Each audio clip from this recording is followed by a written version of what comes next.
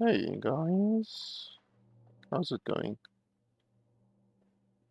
So, today we're gonna play a little bit more Tainted Grail Avalon. I played it literally maybe, I don't know, uh, like 8 hours ago maybe. I had a stream and we played until we couldn't play anymore due to a little bug. Well, a big bug, but a bug that stopped our progress, unfortunately. But I actually figured out a way how to get past that bug by just cheating, because unfortunately the bug, if you watched my previous stream, the bug makes it so that you can't pull um, the thing, the what do you call it? The sword. You can't pull the sword out of the stone. So my current quest is this one over here, where we must get Excalibur. And unfortunately, there is a bug in the game which doesn't happen 100% of the times. It's really dependent on your choices in the game. But if you make these specific choices, then you can actually break the game so that the game can't progress naturally anymore. So then you basically reach a stage where you can't pull out Excalibur, and because you can't pull out Excalibur, that also means that you can't progress the story anymore at all. So that is where we ended previously, a couple of hours ago when I ended stream, and I had a little think about it, and I actually just thought, okay, well, when you pull Excalibur out of the stone, your health gets damaged. So that is why you can't just pull out Excalibur normally. So what I thought that I would do is I would just hack my health. I would cheat and hack my health so that I can't get damaged by the Excalibur when you pull it out of the stone. And that actually worked. So we do now have Excalibur. We did pull Excalibur out of the wall, or out of the stone, and now we can progress the story. So by hacking and making it so that we can pull out Excalibur out of the stone, we can actually now continue. So we are continuing exactly from where I ended the previous stream. So I ended right in front of the citadel type place, and that is now, we just went, we pulled out Excalibur, and now we are here. So we're continuing exactly from where we left off last time. So if you haven't watched my previous streams, I think in the first or second stream you encounter this place, which is the place where Arthur, is it King Arthur, where he is not buried exactly. He's not buried, but he's actually in there. His body is in there. So this is the place. If you don't know what this place is, but you should probably go watch my previous live stream first, because obviously this is a little bit of a spoiler if you don't watch it from the beginning, you know. So anyway, let's continue with the quest. I am his will, the fire that bends the world to his command.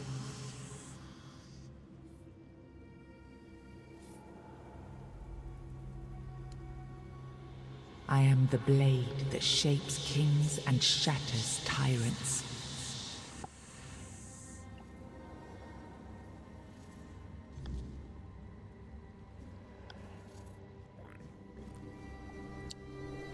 So that is the second piece of the soul that we got.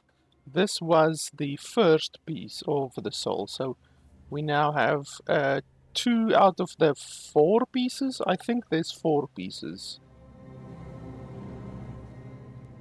Enough, Merlin. You can't keep throwing lives into this abyss. These experiments, they're destroying what remains of us. Destroying us? They're what's keeping us alive. Do you think the Fall Dwellers will stop for pity or mercy? Every soul we lose here saves 10 more on the battlefield. You told me to do this. You sanctioned this. And I'm close to getting it right. I know it. No, we can't justify this. There's no victory worth such a cost. You know full well, Arthur, that this isn't about victory. It's about survival. If we don't push these boundaries, there will be no future for your kingdom. For Avalon. You dream of peace, but without victory, there will be no peace to dream of. The path ahead is brutal, but if we relent now, we lose everything. And yet we keep losing people and gaining nothing in return. We must change the path. They volunteered for this. They volunteered to save our kingdom, and you've gotten no closer to doing it. Their sacrifices cannot be in vain, Merlin. Find another way. Use your mind, your wisdom. Leave this slaughterhouse you've created behind. A different way. That will take time, and resources we may not have. The enemy won't wait. They will if I make them. Whatever it takes, I will buy you that time. Find me a weapon that wins this war without annihilating what we fight to protect. Whatever it takes. Yes. Let it be known that it was my decision, and I will bear the consequences of it. Oh no, my king. People can never know. It was all my idea, and you knew nothing about it. All of us have our role to play. You are the leader, and they need to love you. If we win, you need to become more than a man. You need to become a symbol.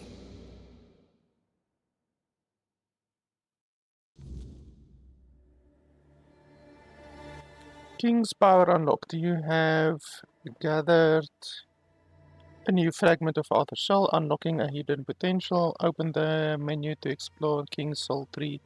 Visit a bonfire to develop new abilities.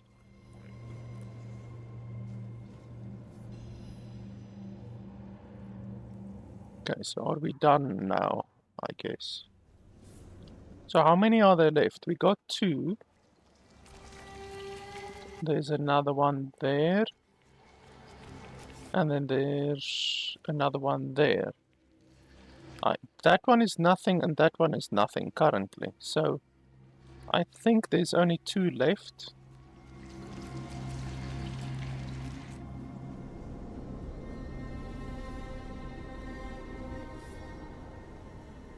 Now, I remember.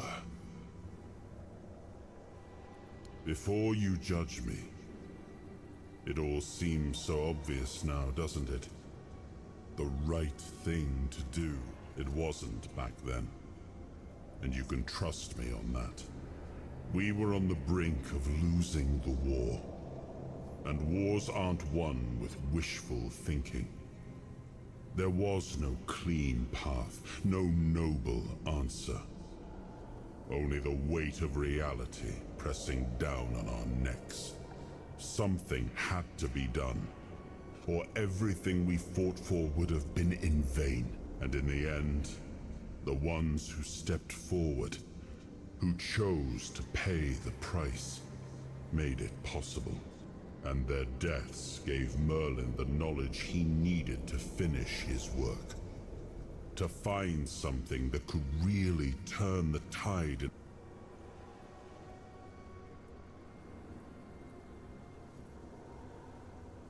Justified? No.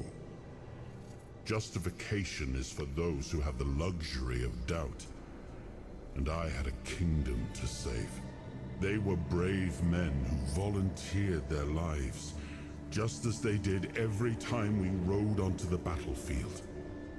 The difference was that if Merlin succeeded, one man's sacrifice could have saved us all, could have ended the war before more blood was. If sacrificing a few meant the survival of all, then there was no choice at all. Maybe they never saw justice. Maybe their real stories were erased from history. Call it cruelty. Call it madness. But if I'd done nothing, there was no Avalon left to argue. But the kingdom still stands. The people live. And that has to mean something.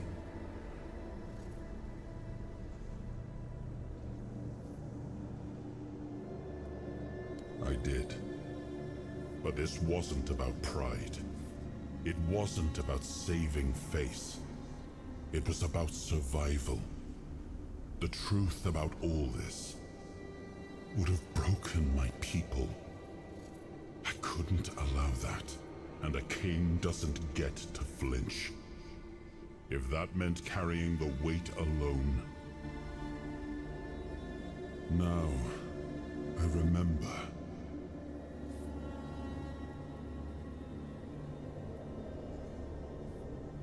Before you judge me, it all seems so obvious now, doesn't it? The right thing to do. It wasn't back then.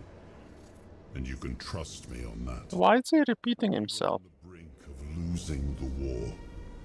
And wars aren't won with wishful thinking. Something. Yeah, you're just repeating yourself. I told him to stop the experiments on our men, but to keep going. And he did. He started experimenting on the Four Dwellers, the enemy. If their bodies could be broken down, their power turned against them, wasn't that their own doing? Wasn't that? So he figured out how to twist the Four Dwellers' power into something we could wield. I told him to conquer the weirdness. And in the end, he did. The audio for this encounter is really messed up. It's skipping lines and a whole bunch of stuff. He found a way to make me stronger. Stronger than any man had the right to be. It wasn't just magic. It was something deeper, older. A force that and with it, we won. The war ended. Avalon was ours. The bloodshed stopped, the banners were raised, and the kingdom stood safe. That's the question, isn't it? I keep thinking about Seawall. He was ready to pay the ultimate price for what we were fighting for, and I thought he did. I grieved him. Told myself his sacrifice had meaning, that he had given his life for Avalon. And now, after all these years, finding him like... I told myself I carried the weight of my choices. But seeing him, I wonder if I ever truly did.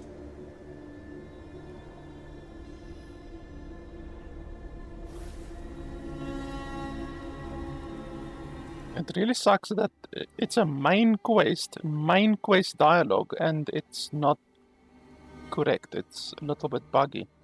So you lose a little bit of the story.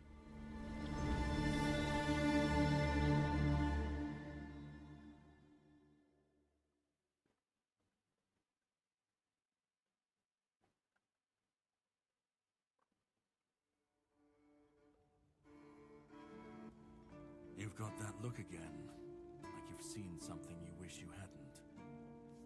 Another piece of the king's soul reclaimed, right? What did it show you this time? Merlin. Ah, Merlin. Merlin and his obsession with the weirdness. The king thought it could save us. Merlin thought it could be controlled. Together, they were willing to tear the world apart to win. I was a prototype for Merlin's latest idea, immortality. Me and Seawall, the king's loyal pawns. Used and discarded when they found a better way. When they decided to go even deeper into their madness and turn our king into a monster.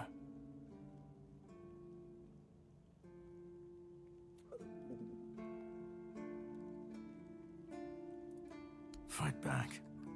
Against who? Merlin? The king? You don't fight gods when you're just a pawn on their board. You endure. You wait.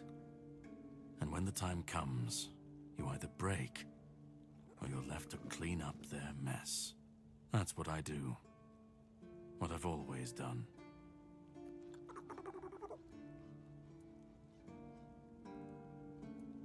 Even if he didn't, he should have. He was desperate to win. And desperation doesn't leave room for conscience. Every scream, every scar, even if he didn't see it, he allowed it. That's as good as approving it. Seawall was Merlin's first attempt. I was the last. We could say I was lucky.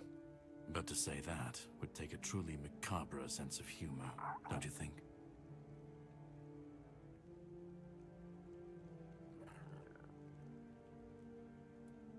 Of course he'd say that. There's always a scapegoat and a convenient excuse for men like him. But it doesn't absolve him. Not when he was the one who unleashed this madness on all of us. He wanted victory, no matter the cost. And when you want something that badly, you stop looking too closely at what's being done in your name. And, after all, who said we were supposed to win this war? Who said we were supposed to survive? The monsters, the weirdness, the chaos, all of it leads back to them. We're left in the ruins of their grand plans, trying to uphold their ideals, fighting for what never was. It's time to bury all these fairy tales in a well-deserved grave. And that's what I do. You've seen what they did, what he did. And that's not the end of the story. It's not the extent of their sins. Find the pieces of his soul. Put him back together, if that's what it takes. And then we, or I alone, if you decide to defy me, can end the cycle. Either way, we will get to his resurrection. I've seen it too many times to believe the cycle will be broken before it happens. But know this, once he's whole, Arthur's power, his mistakes, and his madness will all return. And when that moment comes, I'll be there. Whether to stand with you or step over you. The choice is yours. Just remember that when that happens, and you stand by his side, there won't be room for both of you.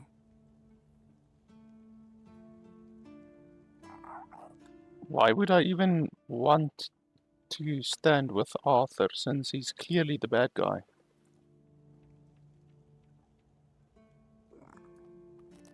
Start. You've already started. But if you want the next piece, head to Kunacht. The Menhir there is failing.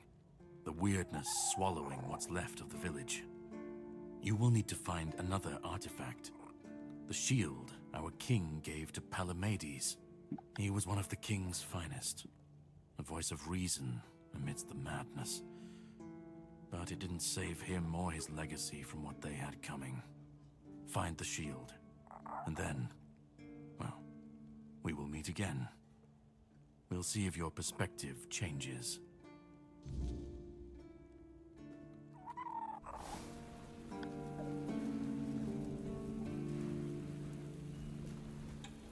Okay, so the sword is still here, but apparently we we did pull it out, so I guess that's fine.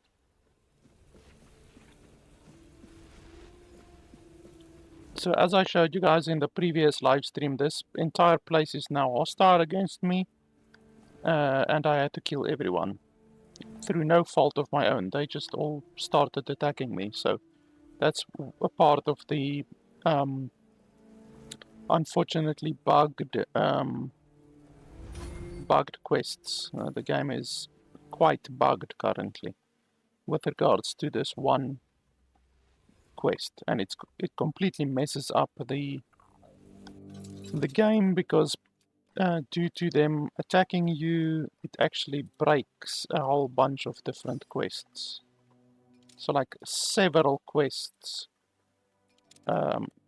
stop functioning and stop being completable due to that bug.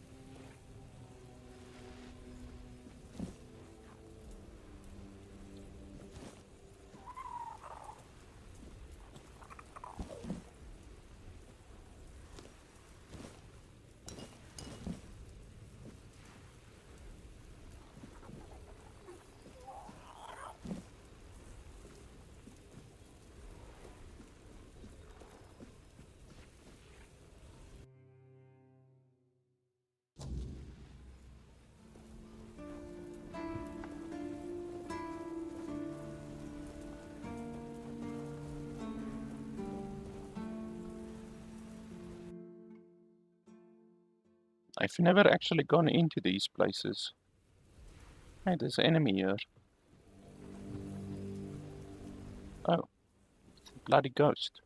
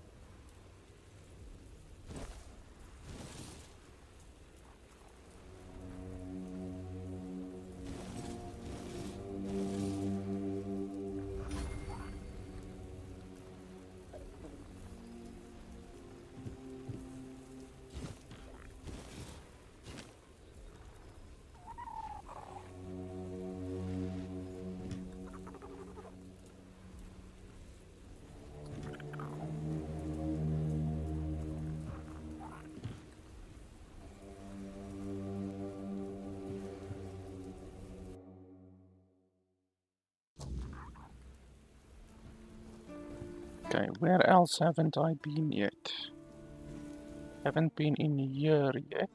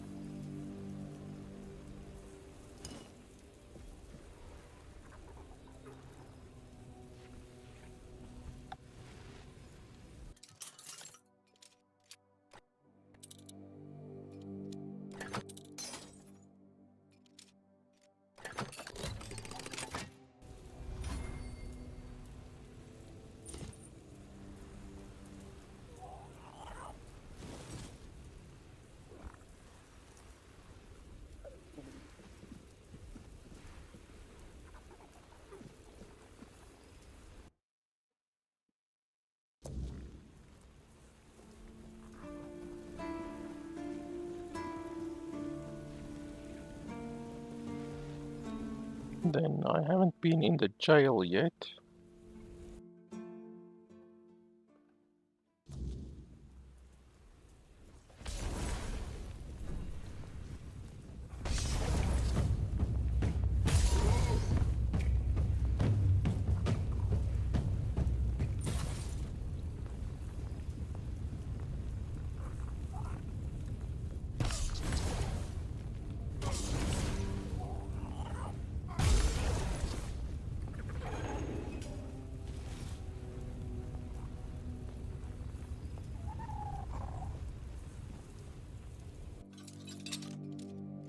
Oh, this one is very hard. It might be the only very hard lock that I've ever found, actually. I don't remember seeing a very hard lock ever.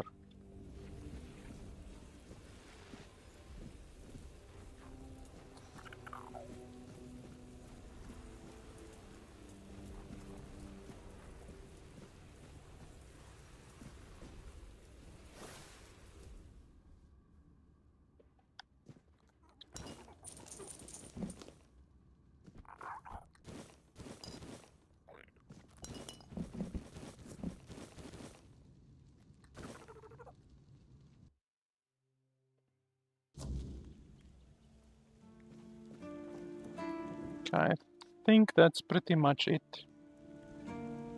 I can't really think of any other place where we haven't been yet.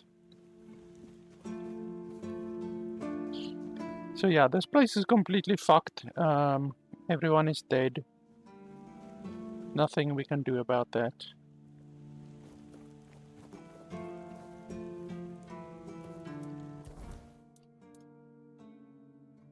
King's Soul. So what's this?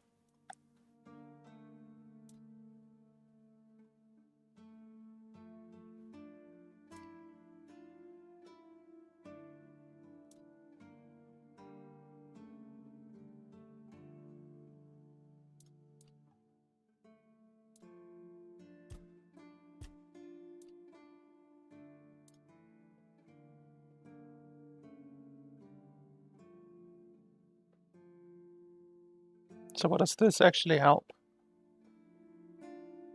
When using King's Soul, is King's Soul the ability? Oh yeah, slows down time. Okay, so that's the King Arthur ability.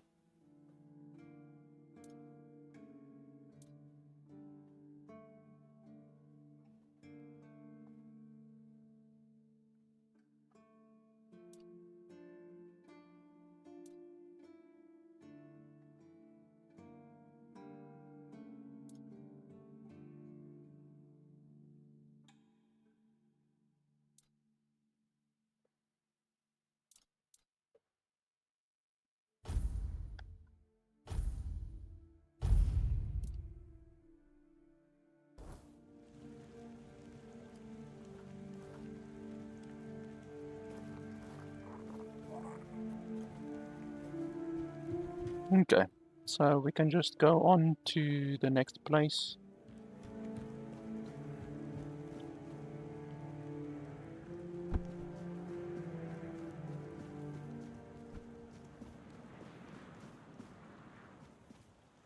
We might need to speak to that druid down there because I think that we might need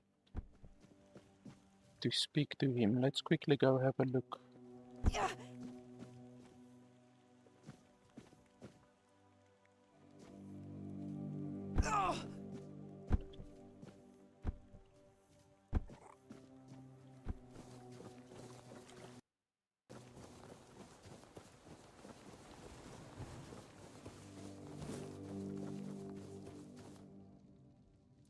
Oh, did you do it yet? And you followed the instructions? Didn't omit a thing?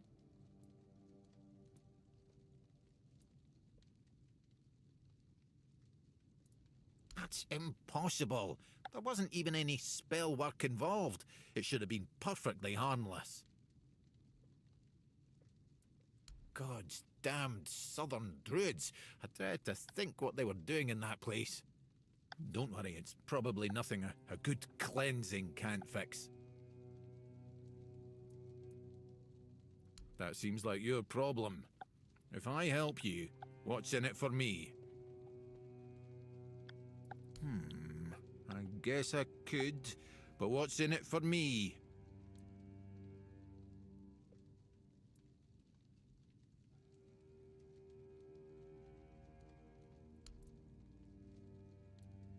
Now you're talking. Right. If you don't mind, I'll take my payment up front. Splendid. Meet me at the Cromlech. I will need your assistance with the ritual. Well, one potato. He's not exactly a good negotiator.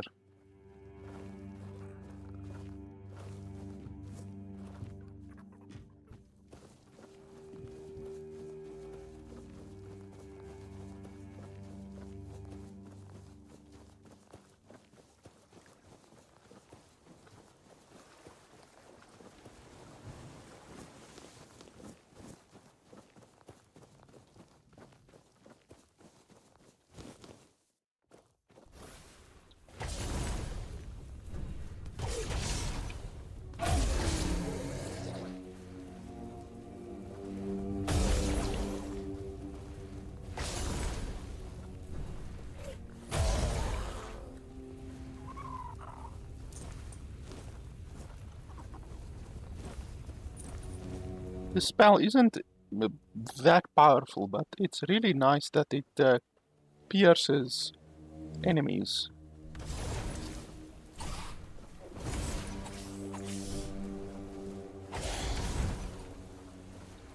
And it burns them as well.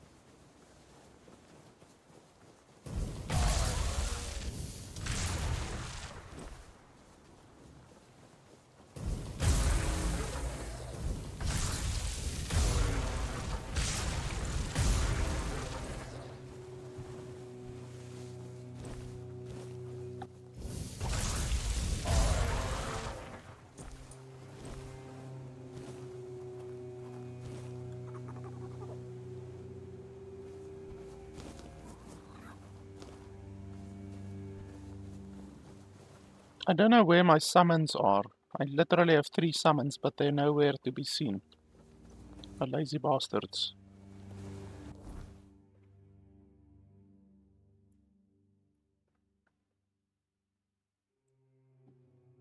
Okay, so where's this quest? Over there.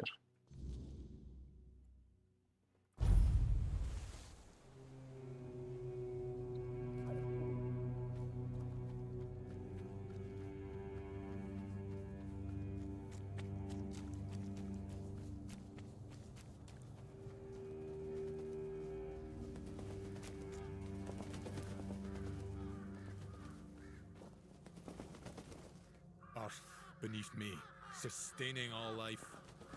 Air around me, inspiring all life. Fire above me, infusing all life. Water within me, soothing all life. Bring deep peace to this sick. You have no right to be here. Do you really think you can cleanse the great Cromlech with your filthy soul? Pathetic. Who do you think you are? My soul will do just fine, arrogant wretch. You'd know a thing or two about arrogance, wouldn't you, Dressed? I see you haven't changed one bit.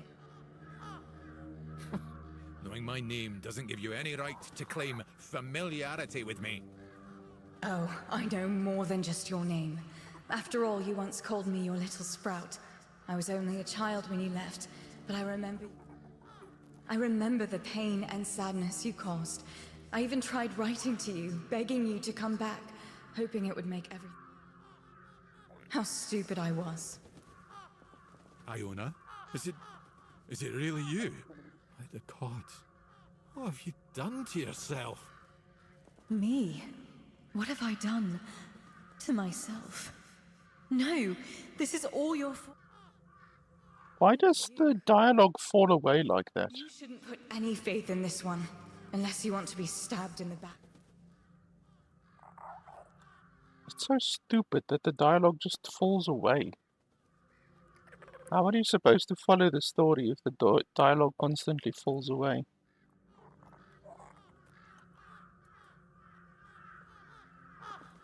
It's just what he does. He ruins things. My life, my mother's life, for whom we're all just a means to an end. How on earth did you, of all people, escape the Child Conclave? Why did it have to be you, you worthless traitor? No matter what you think of me, I will not apologize for surviving.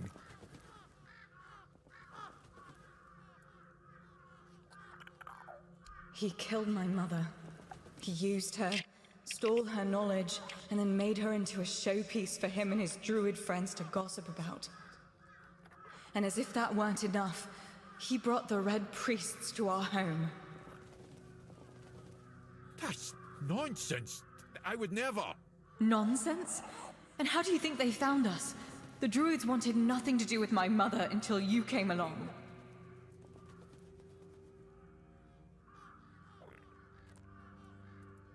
What difference does it make? My mother was special, and he was... The bastard pretended to love her, and then just left, discarded us both like we meant nothing.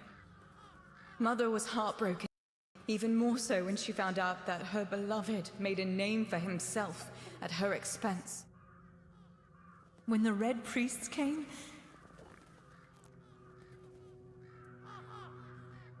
The fucking dialogue just cuts off for no reason.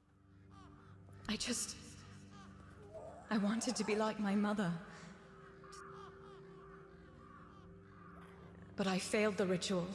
I was too angry, too desperate, and too focused on getting revenge on my so-called stepfather. It quickly overwhelmed me. I ended up like this. Foolish girl. Your mother was exceptional. Just because you're her daughter doesn't mean you could succeed. If only you were there so I could ask you, but you weren't.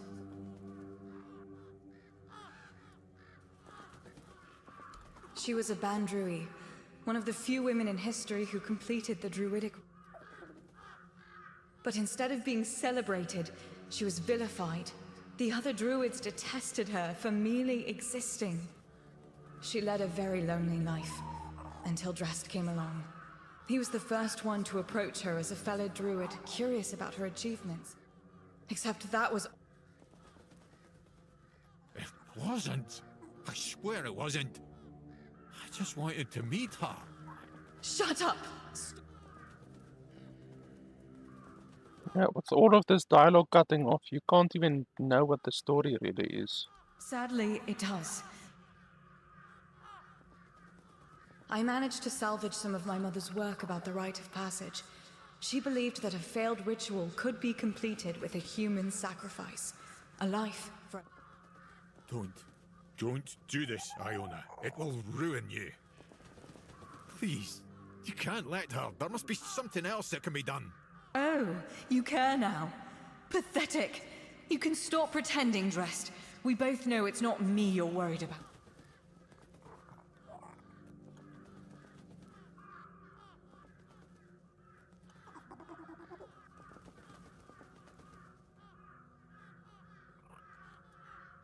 The only person I want to take revenge on is standing right here. Once he's gone, I'll be satisfied.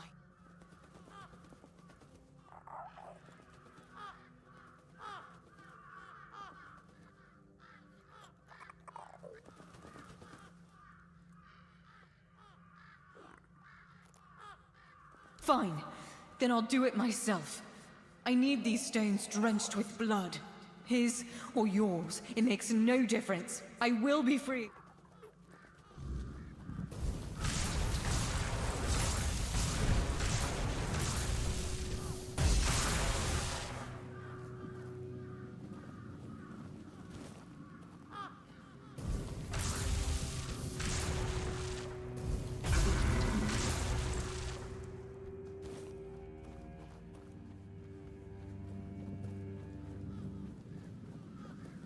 Despite everything Iona told you, you still stood by me.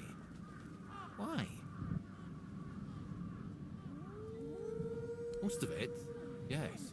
I am not proud of what I've done, but I never thought the consequences would be so dire. Sorsha, Iona's mother, was a marvel. A true rarity in our lifetime. Female druids are a fascinating subject. Yet, in most druidic circles, they were treated like nature's mistakes, instead of our rightful sisters. I wanted to be different. I wanted to approach her like an equal, and maybe understand how she'd managed to become one of us.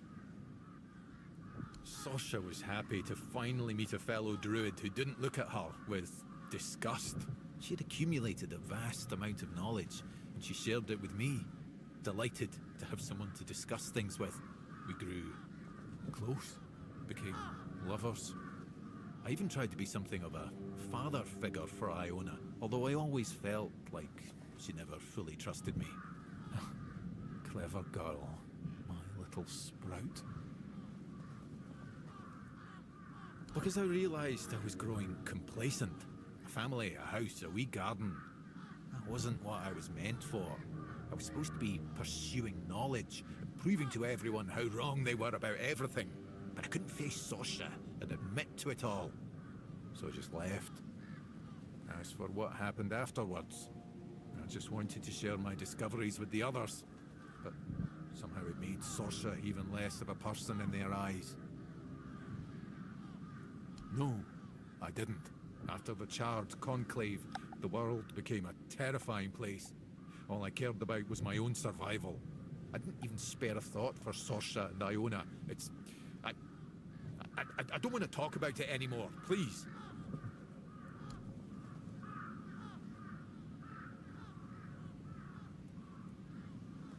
A dryad.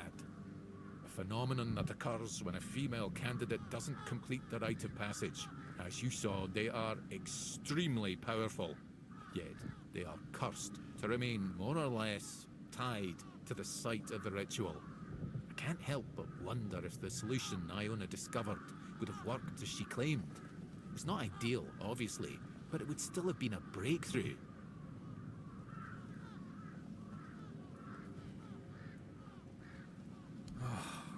But did it have to end like this?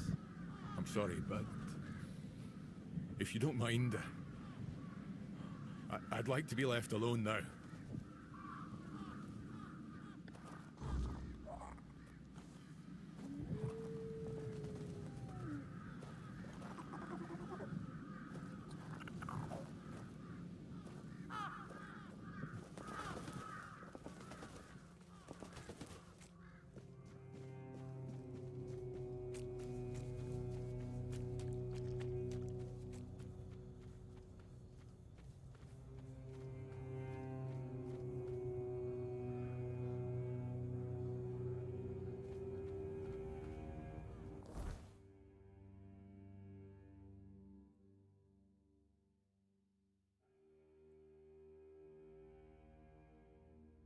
So it shows a dude over there, but there's nobody there.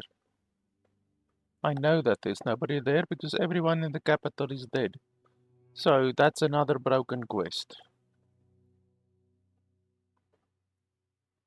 So other than that, there's no other places where we haven't been. We can go to the Archspire. I think we can go into the Archspire now. Let's have a look. Because we now have Excalibur, so I'm pretty sure we can go into the Archspire.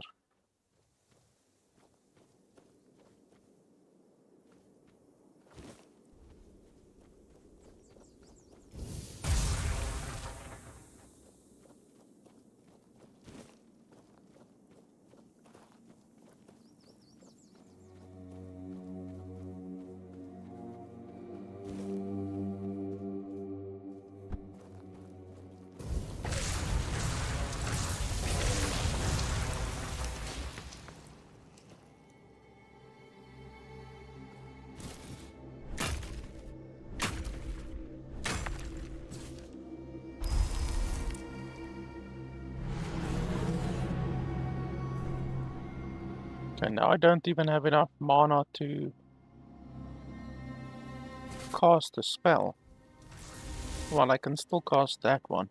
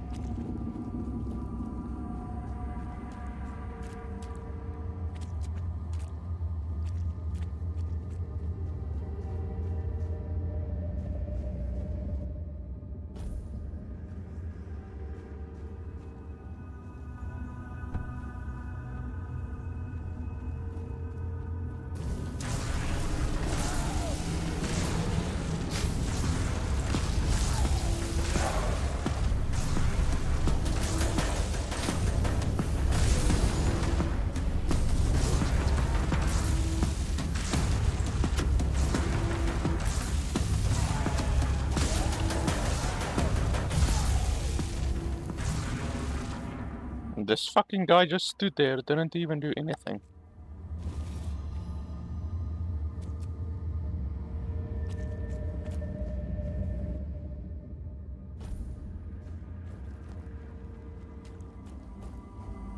Come on, inside.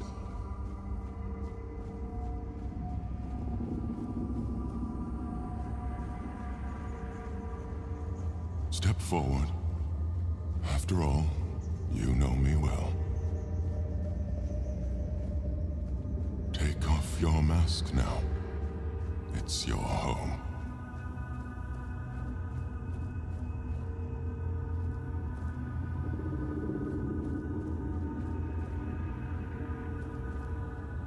Welcome, little prince. Why the sullen look? Aren't you glad to see me? You finally made it here. It must have taken quite a long time. Because it is easier for me to address you this way than to accept that, for now, you are nothing more than a human. It is painful, but I must come to terms with it. Yeah, well, I'm a female, so Prince doesn't make a huge amount of sense. I guess the developers didn't write the dialogue for both genders. So, you don't remember me? I'm afraid it might have something to do with the form in which I see you now. This body and soul, they're much different from what I expected. But to answer your question, I am the Weaver. And though it may be hard for you to believe, a part of you knows me all too well. It is a place where my prince was woven from the threads of pure potential. The Pale Lady was relentless in her desire to fulfill her vision of an offspring, modeled after those she watched so eagerly. It displeases me that you don't remember. I'd envisioned your return and our meeting quite differently. But now it all makes sense. Now I understand why you need that shard. Nothing remarkable. I simply exist in this place. That you ended up here is a mere coincidence. None of my kind have visited me in a long time. Yet here, I used to weave new Avalonians, shaping them according to the intent and thought that accompanied their creation. Now the thread of potential is much weaker, though it seems this place stirs to life again as the weirdness returns. She was a powerful Avalonian, one of the oldest. She saw and desired far more than the rest of her kin, who were suffocating in their growing decadence. To live a life where one can do anything, it loses all meaning. When she discovered the homelands and learned of mortality and time, everything changed. We were no longer the same. It was as though the mere awareness of such things altered the way we lived. We could no longer exist as we once had. It planted a new emotion in us. Fear. You will find traces of her here as well. The stone tablets bear her mark. I'm afraid I must admit that I don't know where she is now. It seems she retreated into her depths again after your king entered his eternal sleep. The true one, from which mortals are not meant to be awakened. Not like this. The shard of the prince's memory. It is shattered. Much like the fragmented memory of the king that lingers within you. I'd gladly speak with him, but something is preventing him from manifesting.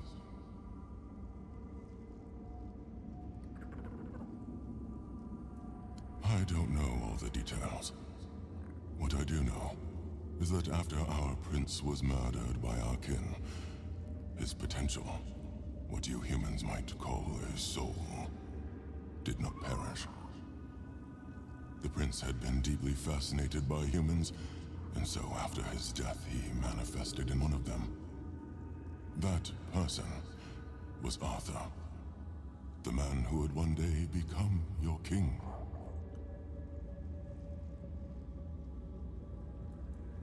He followed his mother's fascination.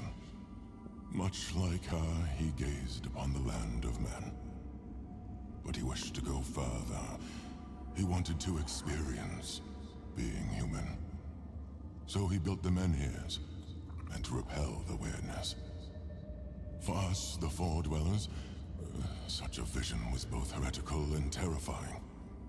Some of our kin could not forgive him for it. So, they killed him. It was the first time an Avalonian had ever slain one of their own. Arthur was a man, mortal like any other, but ambitious like few. But yes, his origins are far more complicated. This is a tale of two separate realities that, through a series of specific events, began to intersect, forming a single knot. Everything that has happened, and everything that will happen, is meant to decide the fate of that knot. And we, as you already know, have been pulled into all of this. Our meeting comes to an end. I regret how brief it is, but my role in your story was always meant to be insignificant.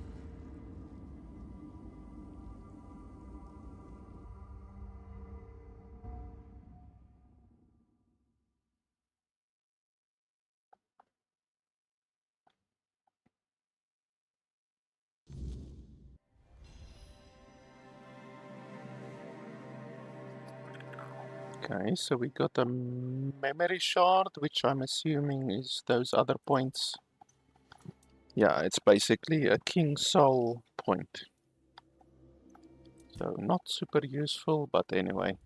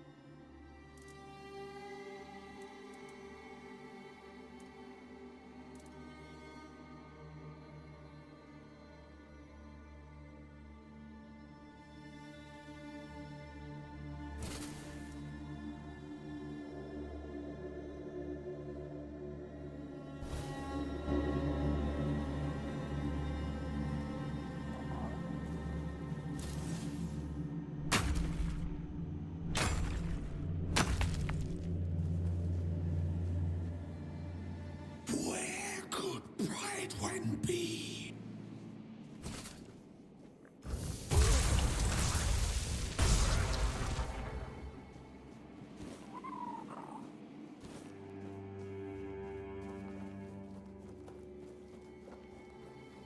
So in addition to that place, there's also the other place. Where was it?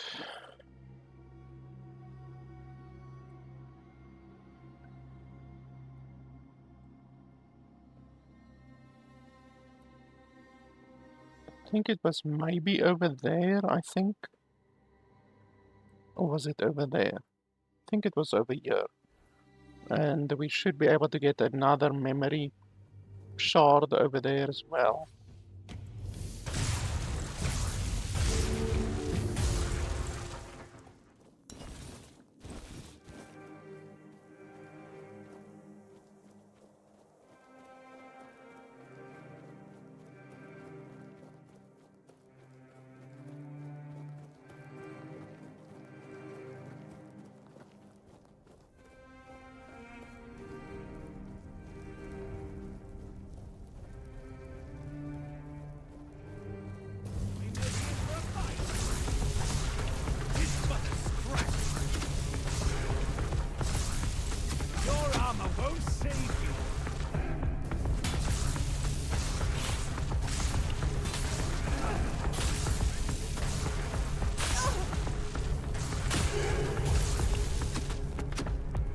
These fucking dudes just stand there doing nothing.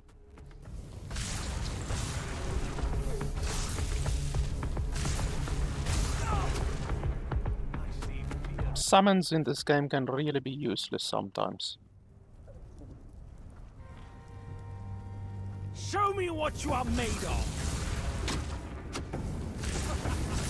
You are nothing but a step.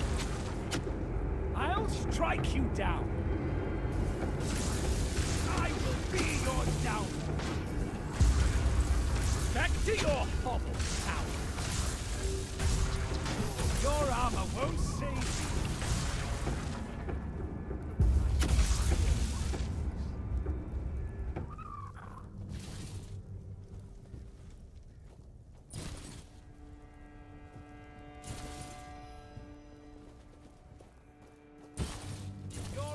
Won't save you.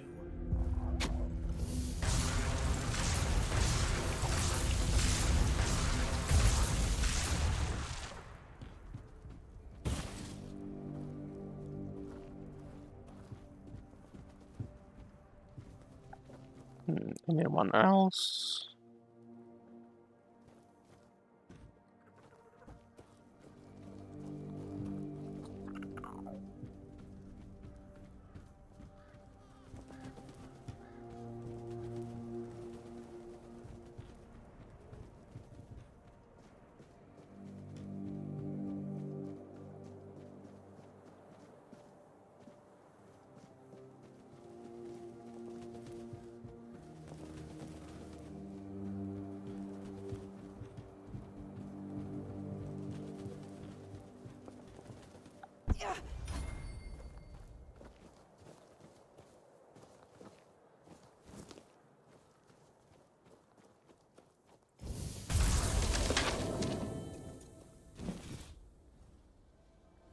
Why is there one lonely undead standing here in the middle of the forest?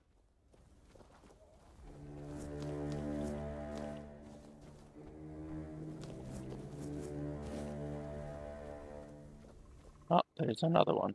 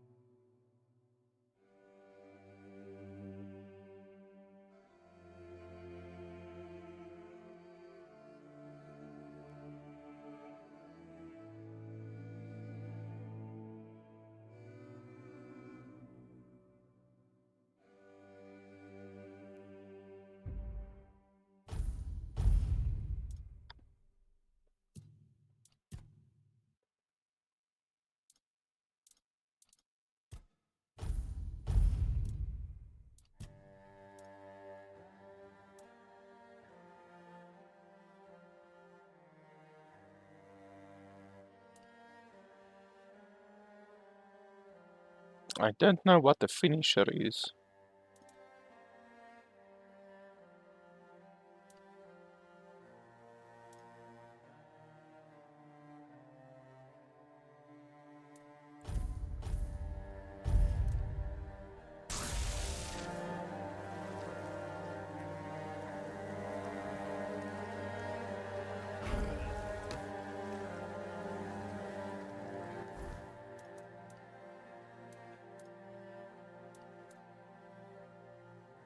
So I don't like these keepers anymore, they're pretty useless, so let's see what else we can summon.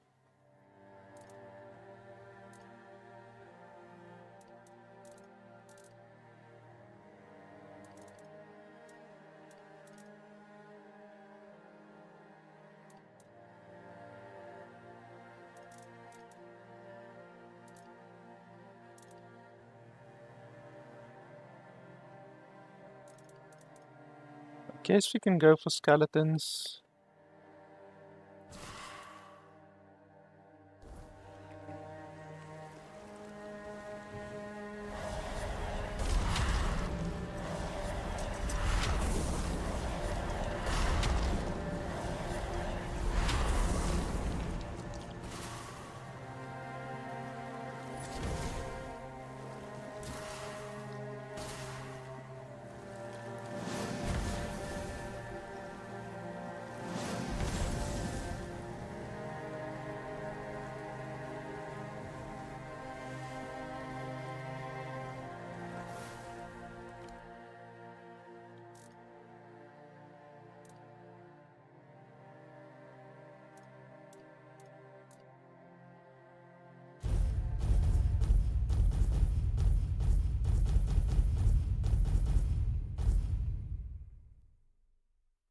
Done already?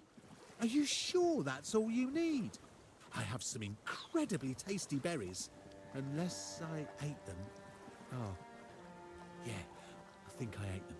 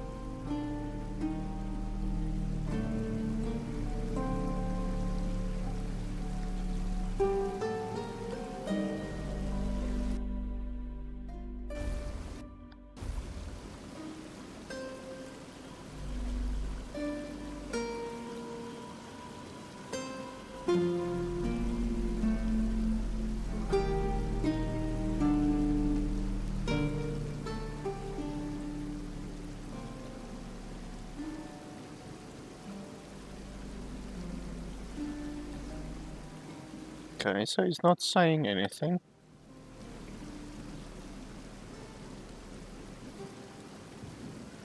And he's not saying anything again. Not saying anything again. Not saying anything again.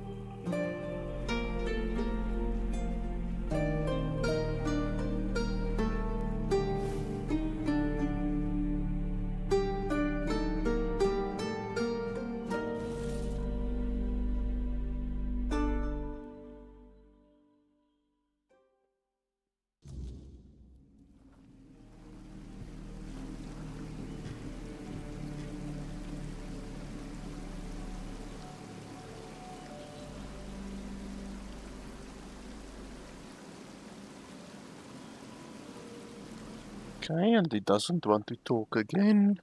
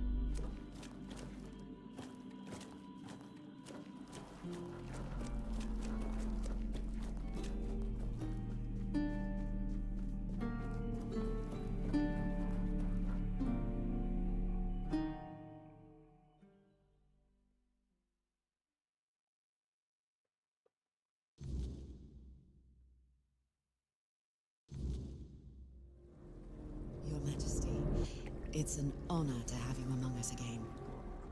Thank you for helping me find my way back to your knight. I regret not doing a better job of guarding him.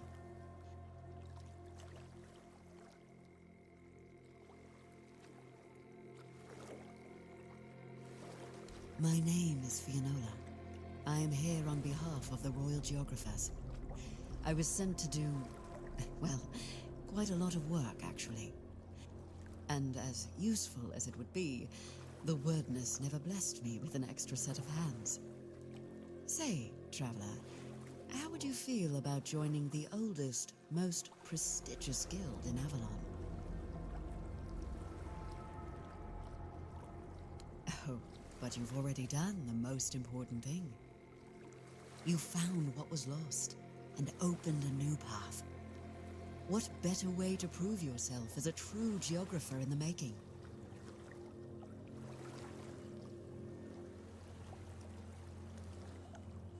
Everything.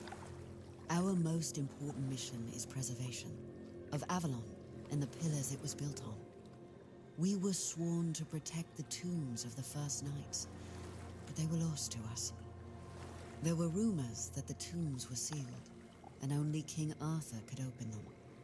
Turns out, the rumor was true after all. I'm a Pict. I can sense the wordness and the spirits within it. I knew you weren't alone when I saw you emerge. The soul you carry, however weak it may appear, is deeply connected to the wordness, and to Avalon itself. Souls like that are rare. Besides, only the one who wields the power of Excalibur within could open this tomb, and that is rarer still.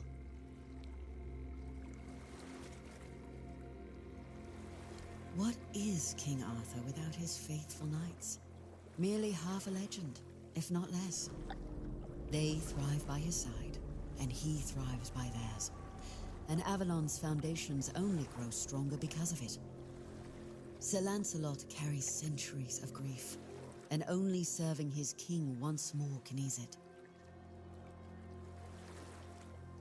I appreciate your eagerness, but let's not get ahead of ourselves. The other tombs are scattered across Avalon, hidden and sealed, waiting for the one who can call the knights back. Let your soul guide you. Find them, and I will find you.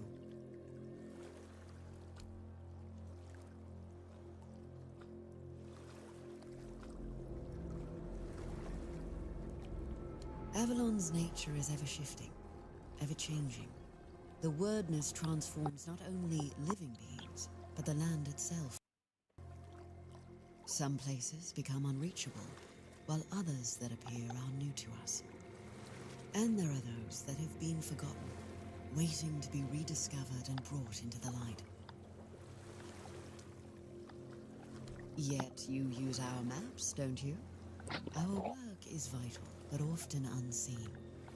For centuries we've roamed this island, charting its every corner and noting the dangers that unsuspecting travelers might face. You should be more appreciative, you know. Why wouldn't they?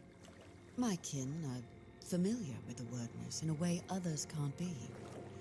With the fog thickening, we can reach places that have become inaccessible to most. Keep going. Avalon has more to show you.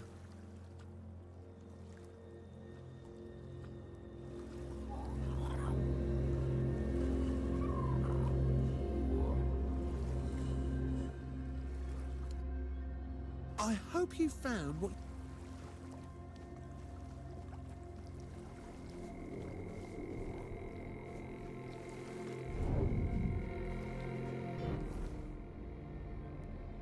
Okay, I think we are now actually finally 100% done with this place. Don't think there's any other quests that we can do.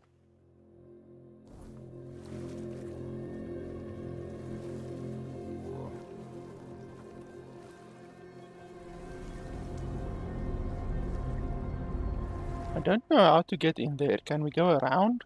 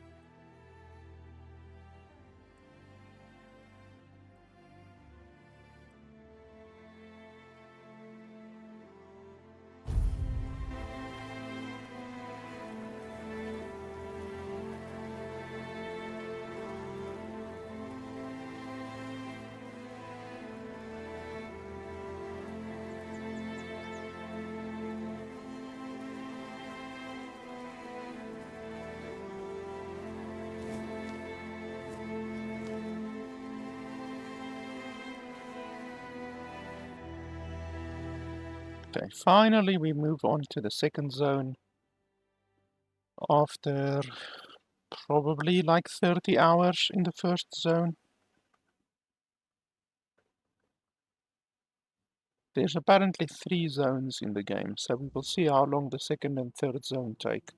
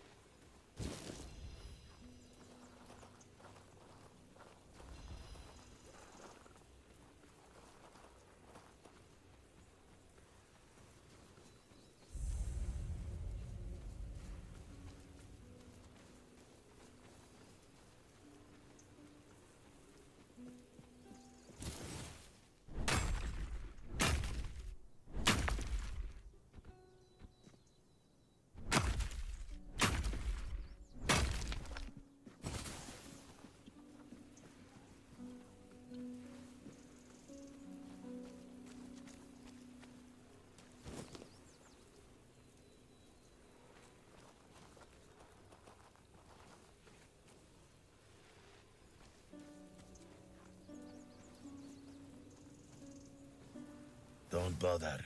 I'm in no mood to talk. Hmm? Who's there? What do you want? We're just sitting here, not bothering anybody, so there's no need to bother us. Bran? Ha! I've been wondering how that old harpy's doing. We haven't seen each other in a while. You can go. If you know our sister's name, that means you survived meeting her. That's enough for me to let you pass by. Why would you even have attempted to stop me?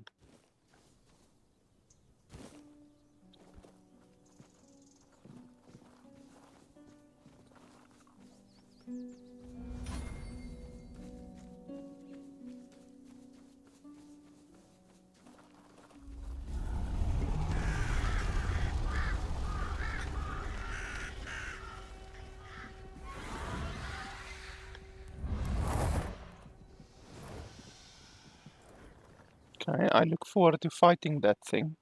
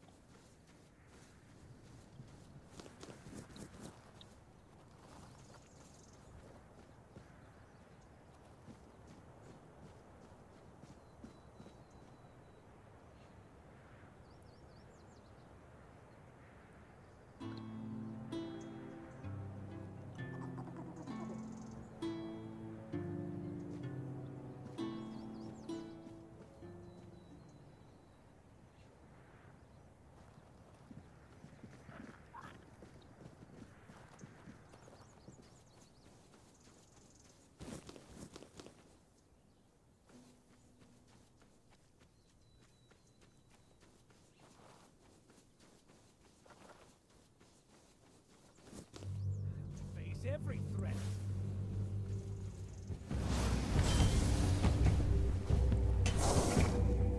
You're no match.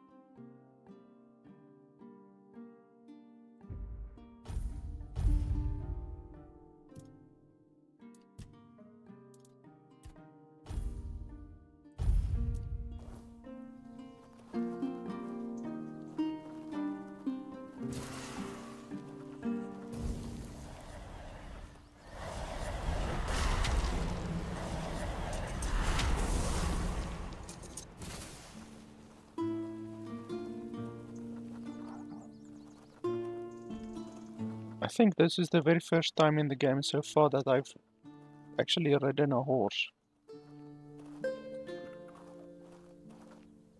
Horse riding in the game really so far has not been necessary in the slightest, because the world isn't so big and there's constantly stuff to fight.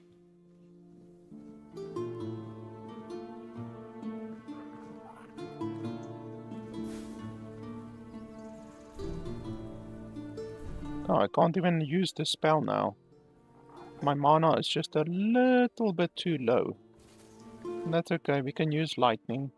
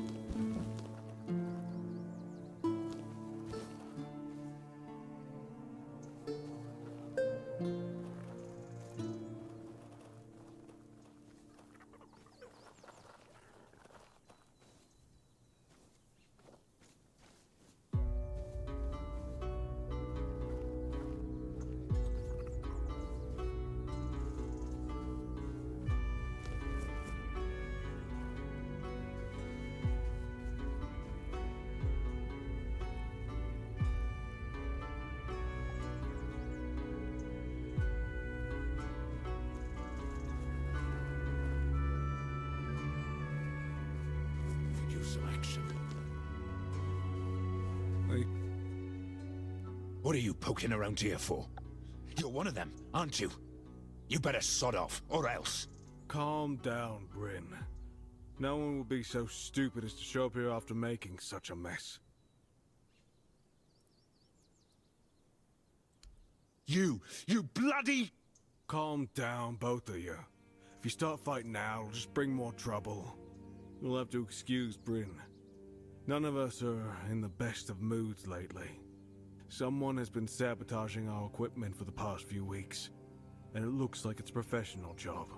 They seem to know perfectly well how to make life difficult for us. And after what happened last time, my people have had enough. They refuse to work. They don't want to risk their health. Their swords are so long that it actually goes into the ground. Do you know how long a sword like that would be? Like, a sword as long as your leg is like fucking insane. You can't fight with a sword as long as your leg. Bandits, probably. Or rebels from Kunokt. Although at this point, they're one and the same. The workers refuse to keep working. Not only do they feel threatened, but, well, there's no denying that not everyone from Kunokt is happy about what we're doing here. I can understand them, in a way. We made them destroy their own land. They should just give up. If they piss Denham off, it's not going to be pretty. Bryn, calm down, please. Remember why we're doing this. It's for their own good. And we have our orders, for which we are held accountable. It's us or them. The bandits used to come at night, destroy our equipment, and then disappear. But last time, they beat one of the guards unconscious. Poor sod was just lying there, like a tenderized steak for the whole night. He lost a lot of blood. And when we finally managed to wake him up... It turned out that Aedwin wasn't himself anymore. His head was all messed up. Bastards. Yes. He was delirious. Kept seeing strange things. He thought we wanted to hurt him. We have to catch those scumbags. Something needs to be done, that's for sure. But for now, we wait. Denholm doesn't want to give us any more guards.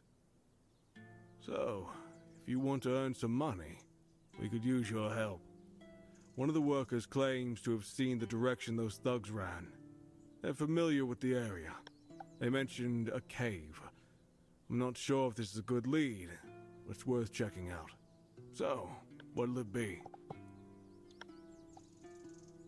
That's good to hear. If you discover anything, come back to me, eh? I'll send someone to Denholm with a report. Good luck.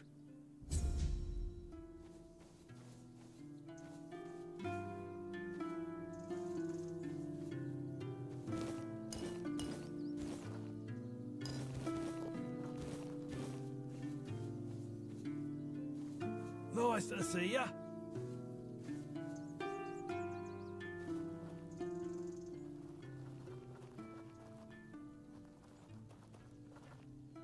Okay, his dialogue is messed up.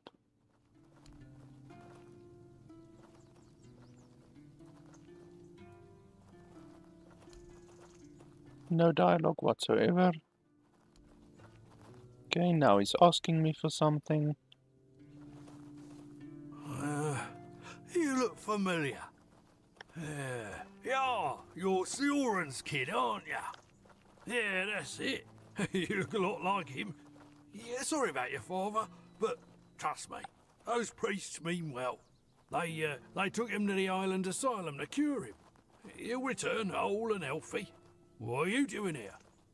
Did the Camelotians drag you to work here too? What's the point in working like that? Back in the old days, we respected each other's work.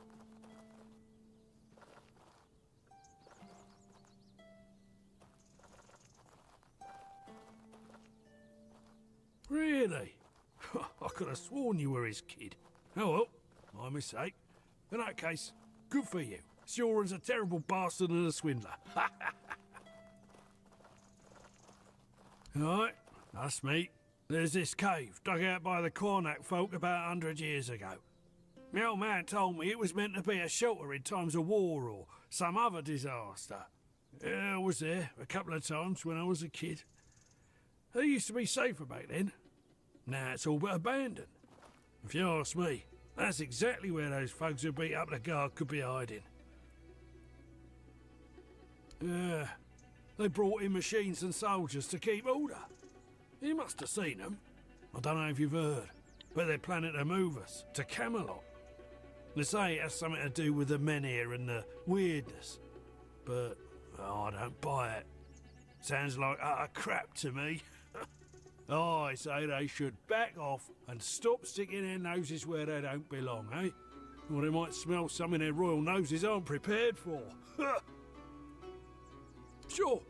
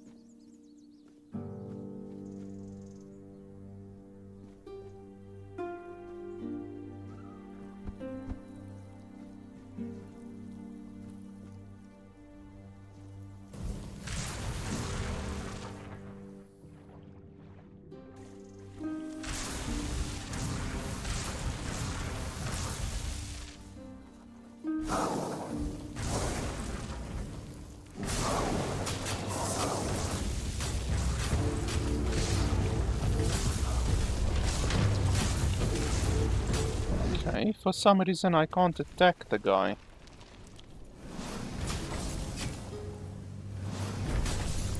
Okay, there we go.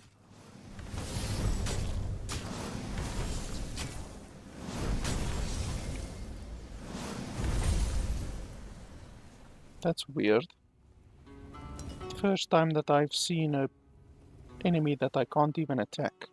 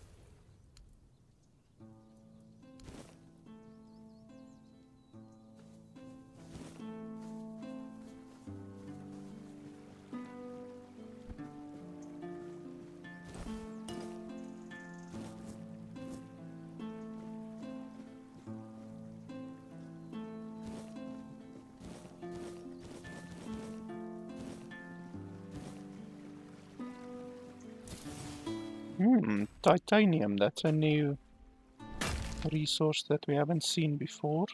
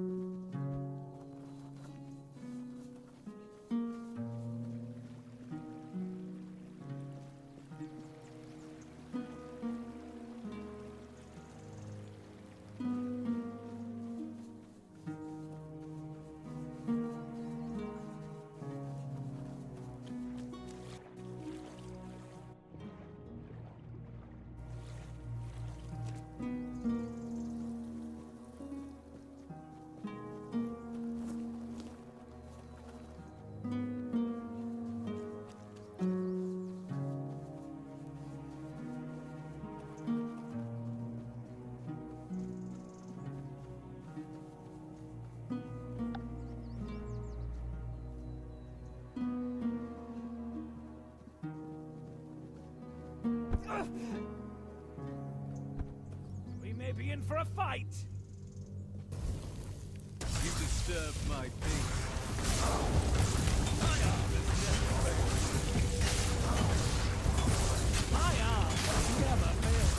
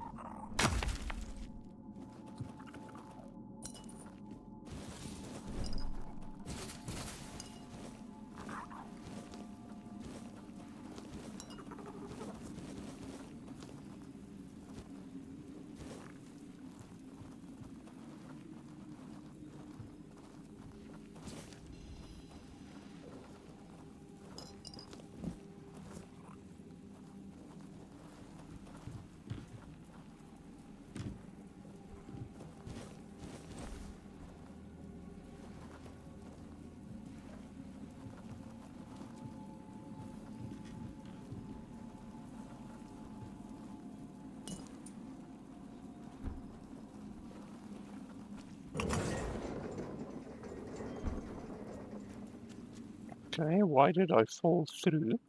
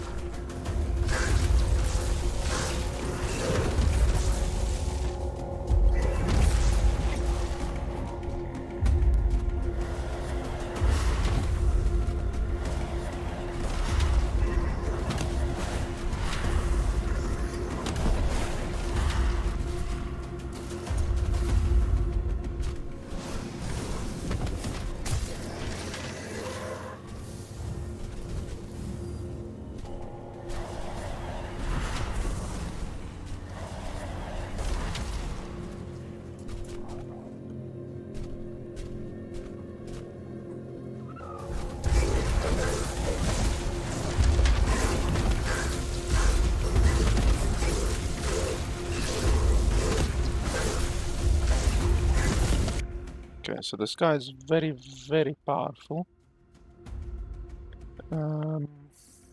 We can maybe do bleeding.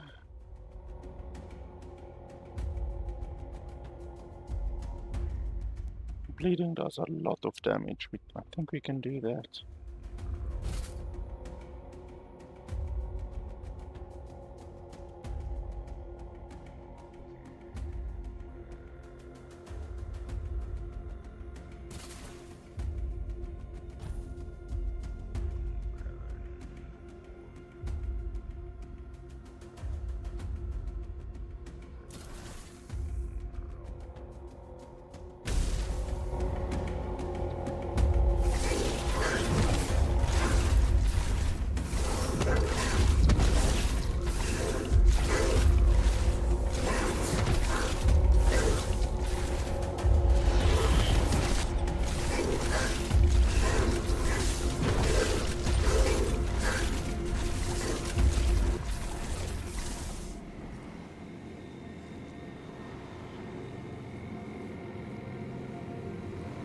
and he's gone.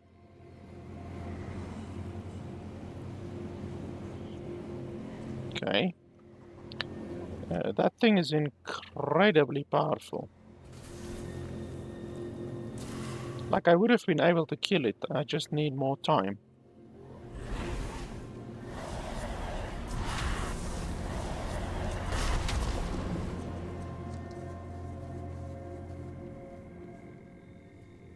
Perhaps you can't kill it at all, maybe it is forced to run away after a while. I'm not really sure what the deal is with that guy.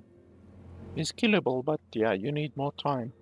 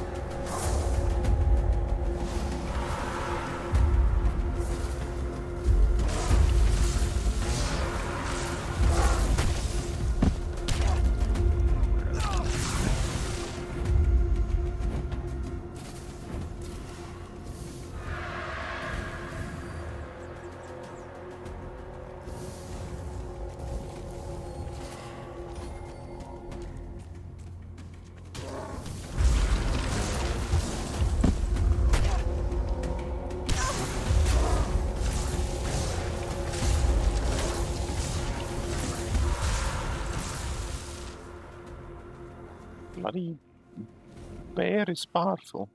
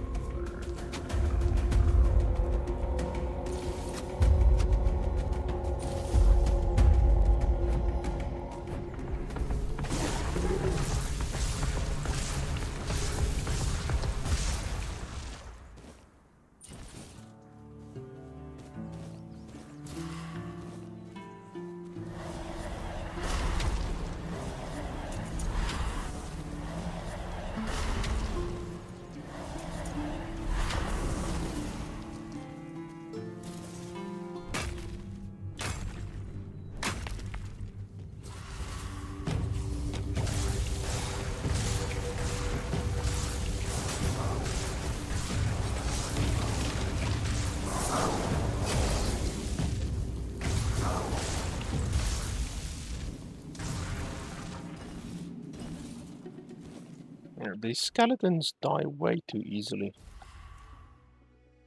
I'd rather gonna go for the keepers, I think. Even though they are pretty useless in combat a lot of times, at least they don't die as easily.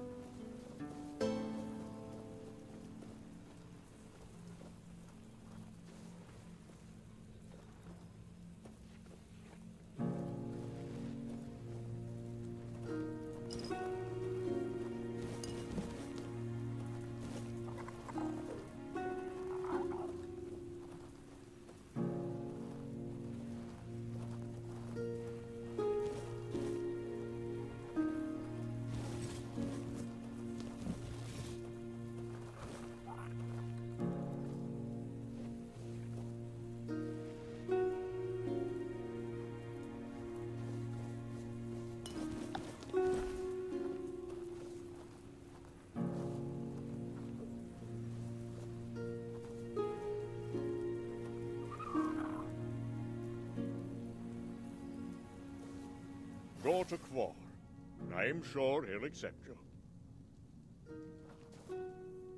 Oi, want a peek in the pot? Talk to Kvor first.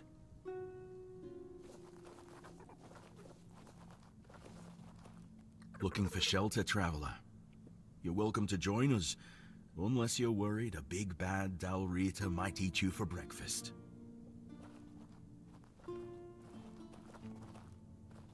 No, not every Dalrita you meet outside the Forlorn Swords follows that runt. They've always kept peace with the people of Kunacht. Yvain still honors the old treaties. But with those Camelot dogs milling about, it's not as safe here for us as it once was. Better to stay out of sight. Oh, and you've met all of us, have you? They're a friendly Dalrida, just like they're a non-reader who aren't so small-minded. Or so I hope. I invited you to our fire, not into our business. We mean no harm to anyone here. That's all you need to know. He did? About what? And how's that old dog doing? Still following one eye around, or has he finally grown out of that?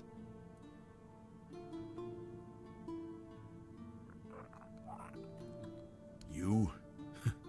Did he get hit in the head with his own hammer? He'd be the last one to let an outsider even think about joining us. Unless you've impressed him somehow. Sir, go on. What did you do? Now that is impressive. That sneaky bastard. He knows me too well. Fine, fine, I'll give you a recommendation. But first, I need a little favor.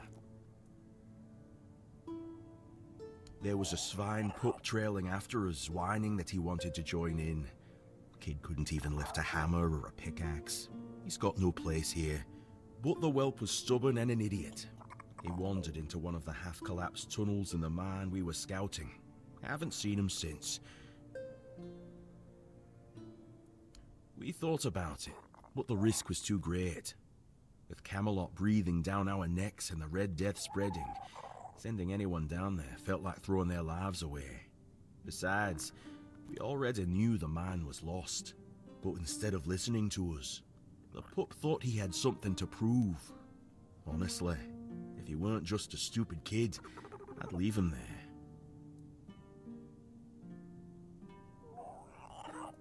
Weirdstone veins, as always. But that place, if that stupid brat had any talent, he would have felt that it was wrong. The weirdness took it, and everyone who didn't manage to flee in time. Thank you.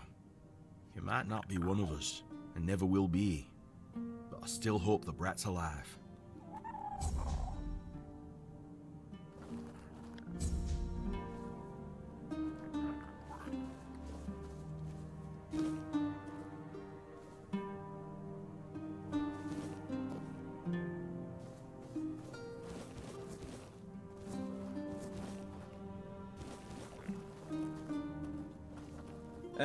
Kavor's got too soft a heart.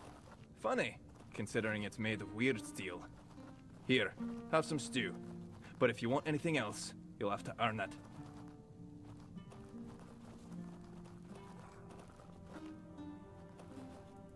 Aye, you wouldn't guess it, but the big lump's a hopeless romantic. Soon as he met that man of his, he was ready to light the forge. Good thing Halvor's got more sense than he does. They're a good pair, and they never forget the forge comes first. As it should. If you're up for it, I've been thinking. You any good at baking? I only ask because, if you are, then you know. It's not the same as cooking. With cooking, you need taste buds and a basic sense of ingredients. But baking takes precision. It's closer to alchemy, really. And since I can't exactly dabble in alchemy, I stick with baking. Cooking and baking are noble crafts, harmless enough not to make the forge jealous. But alchemy, that's a different beast. It takes focus, sometimes full-on devotion. And the forge, well, she doesn't like to share. Good thing to keep in mind, if you're ever thinking about serious smithing.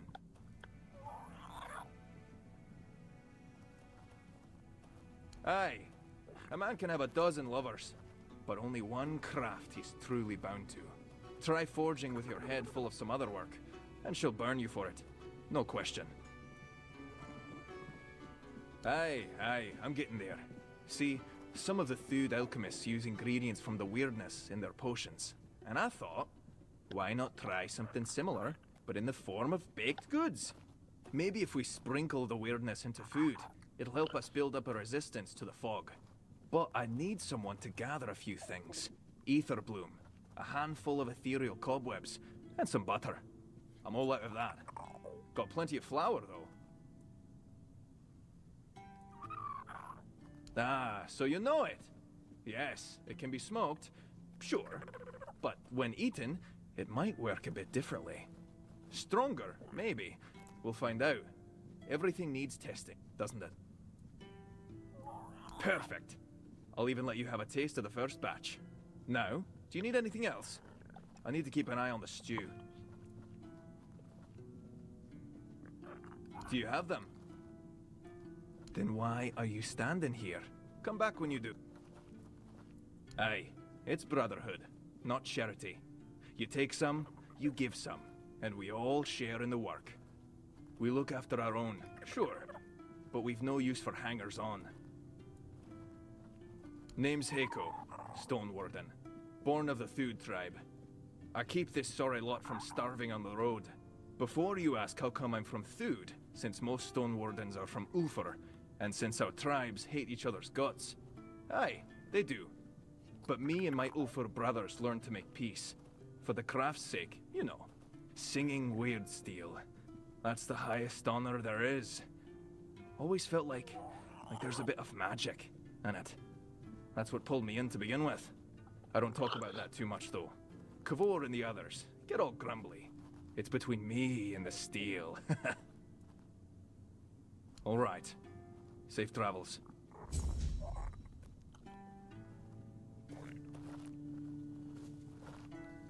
All right then.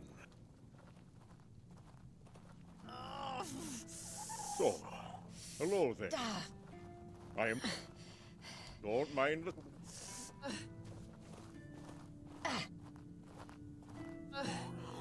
You need help? Or just passing? We all belong to the Stone Warden Brotherhood here. Ugwe was with us once, but he left to join One Eye. Aye, he always struck first and asked questions later. That's his charm. But I was surprised that he joined One Eye. Our commander Darvan never supported the rebellion. He says the Stone Warden should act with reason and strength of will. I believe that too. I don't know why Ugwe left. Sometimes I miss him. We grew up like brothers, even if we were only cousins. Old Watchtower. Used to be empty. Then some right nasty bugger moved in. An ogre. Big. Loud. With teeth that can chew through stone. And I mean that literally. Saw him from a distance, munching on weird stone. Probably what made him howl and run about like that. If I were you, I'd keep well away. An ogre. One that's gone mad with weird stone. Ha! Good luck with that. You're just as bloody reckless as my cousin Ugwe.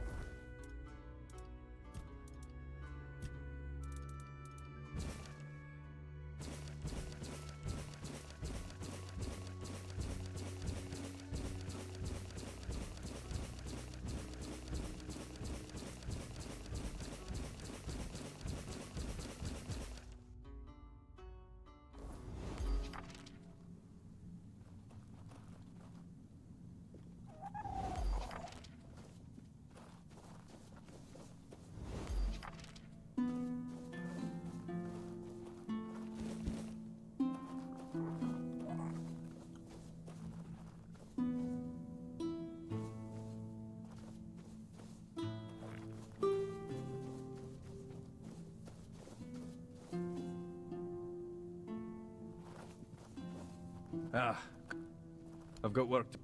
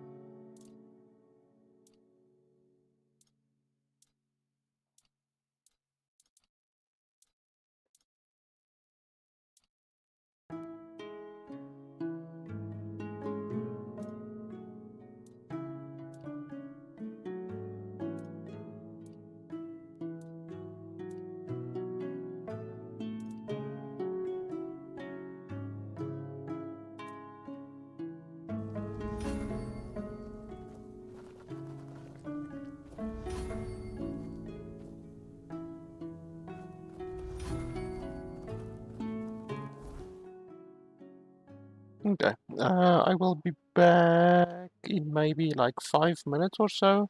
I'm just gonna take a quick break. So.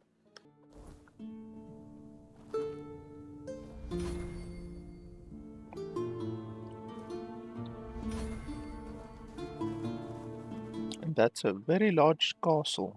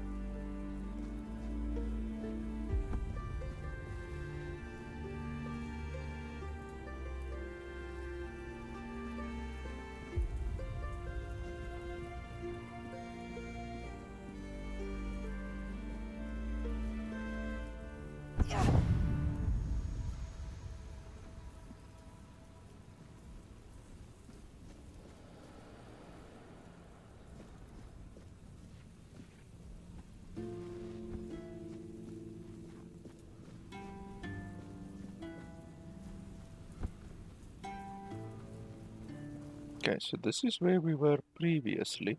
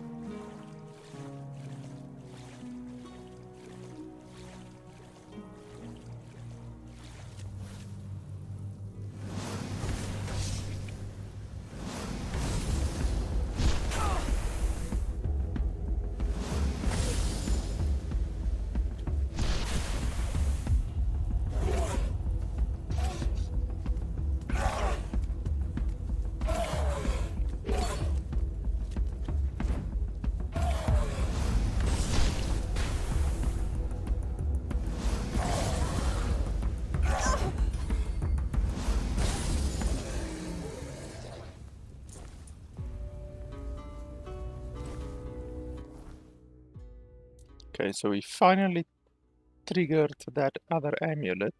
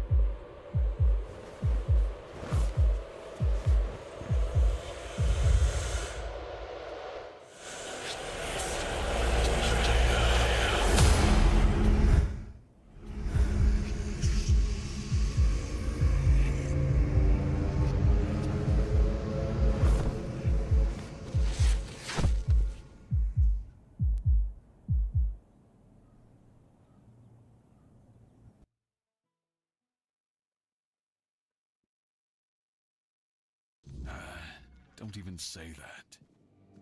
Someone comes, lights them in here, and then dies on all watch? The people would be at my door with pitchforks.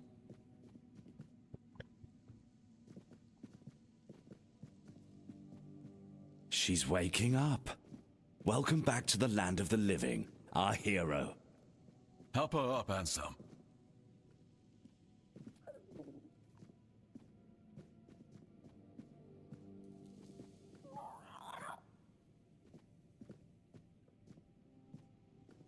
Welcome to my home. Quite a scene unfolded at the Menhir, with you at the heart of it. I can't decide if I'm more delighted or surprised.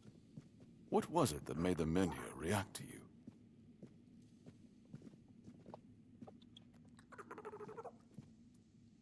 I see. You have a habit of not taking things seriously, don't you? But this is no trivial matter, so I demand respect. Come now, you must have a theory. The local Menhir here have been rather lifeless for quite some time.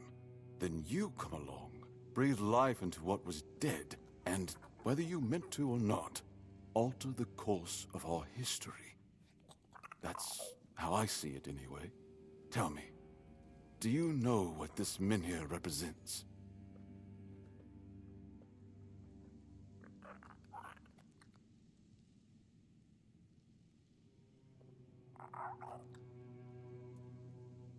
Is that so? That would be quite the discovery. The people of Avalon still believe the legend, that Merlin, under King Arthur's command, raised the Menhirs to protect us from the mist that spawns monsters. But none of this matters in our current situation. Here, the Menhir represents something more. For some, it's a symbol of freedom and independence. Strength, if you will. It shows that the people of Connacht, my subjects, can face any challenge, even at the world's end. And for others, like our guest from Camelot, whom I'm sure you've seen, it's a symbol of power. Power once granted by King Arthur, and therefore by Camelot. And power that has been granted can be taken away.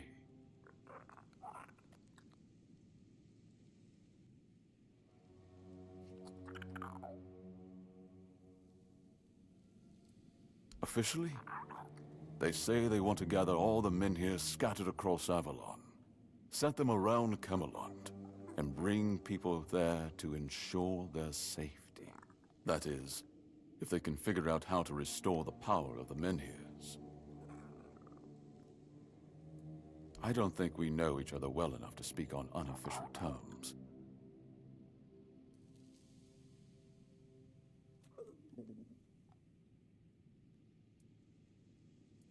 Palamity shield, you say? An unusual request. That shield rests beneath the Menhir. And legend has it that it used to fuel its power for centuries. I don't mind if you look at it, touch it, whatever you need. Just don't take it. It's a treasured relic, and the people of Connacht are quite attached to it. And you're probably just as attached to your head, which you'll lose if we catch you trying to steal the shield.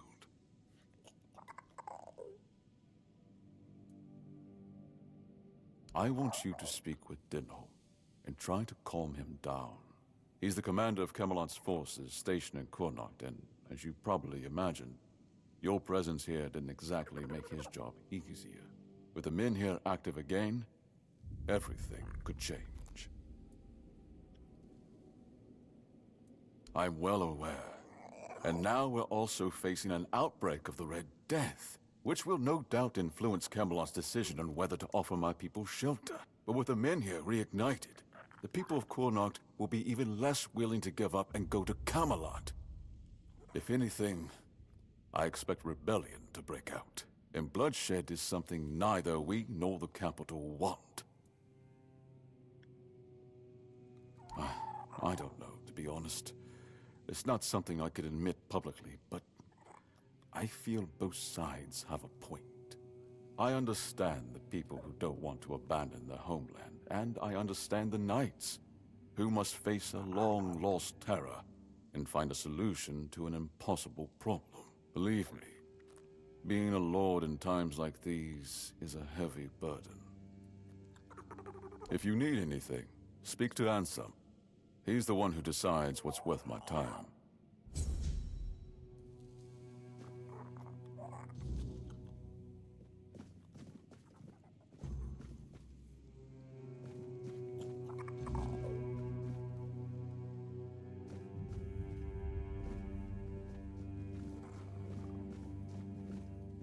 I should stay out of trouble.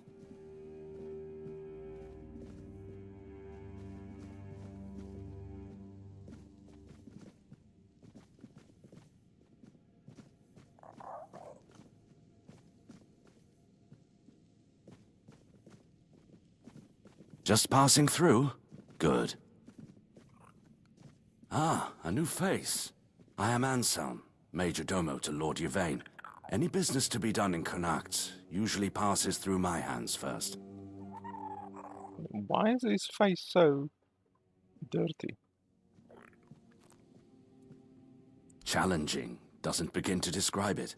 The court is the heart of Connacht, and if it falters, the rest follows. That's a heavy weight to bear.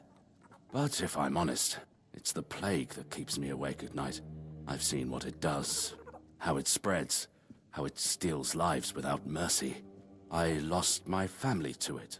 The only reason I'm still here is because I was locked away at court while they were quarantined. Since then, protecting this place, keeping it safe, has been more than a duty. It's been everything.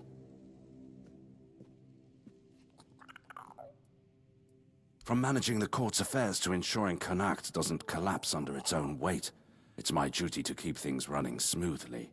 Not an easy task, given the times. And you? What brings you here? wandering so close to the heart of Connacht's business. You don't strike me as the idle type. Life at court is a delicate dance. It's calm on the surface, but underneath, there's always tension. Managing affairs, settling disputes, keeping the wheels turning. It's not for the faint of heart. Lord Yvain means well, but he makes decisions slowly, too slowly sometimes. Not that I complain. It's a role I've accepted, and one I'll carry out for as long as I'm needed. It's a quiet kind of chaos, but one we must master, for the sake of Connacht and those who call it home. Until next time, let's hope you bring good news.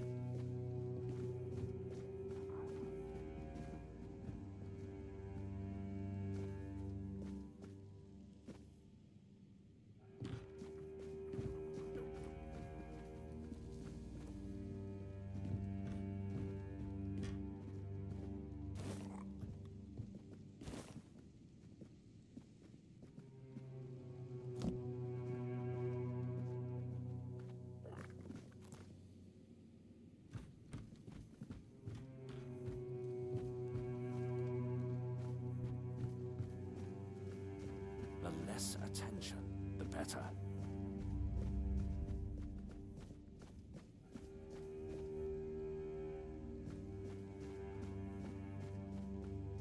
What is it?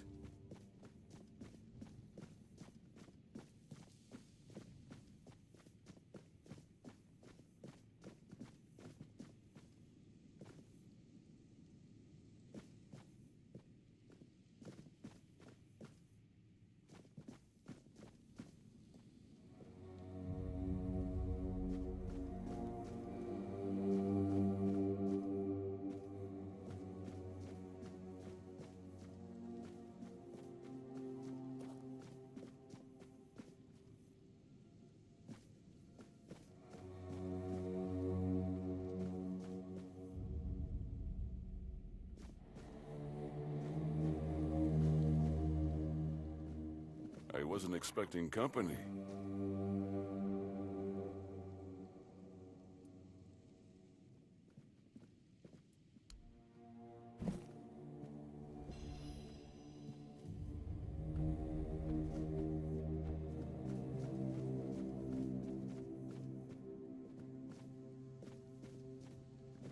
Do you need something? Someone's talking to me through the bloody door.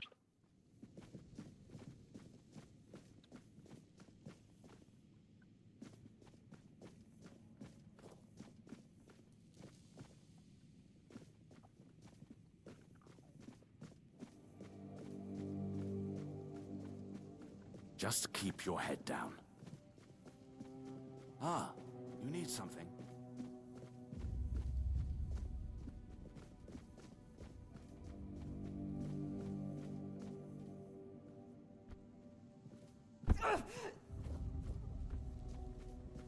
Ah, you need something.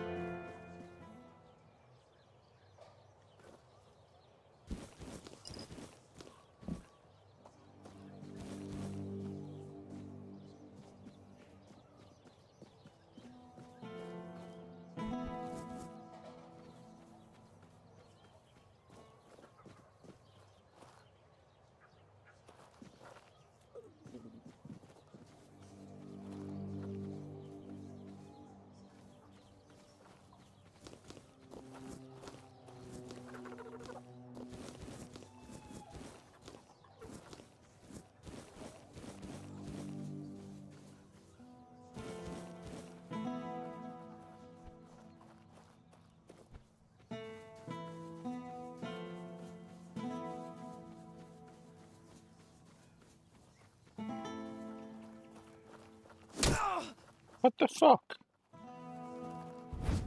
He's attacking me with a fishing rod.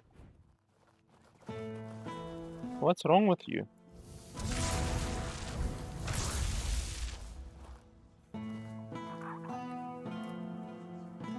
What the hell?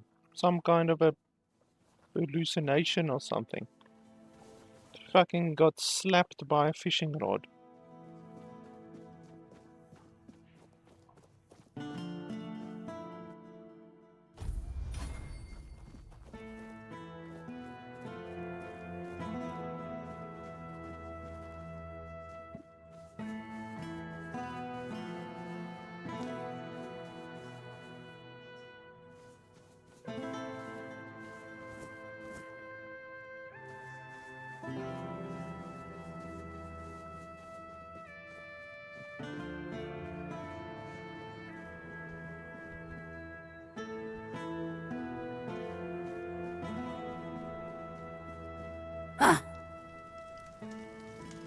Oi, you there, Sleeping Beauty.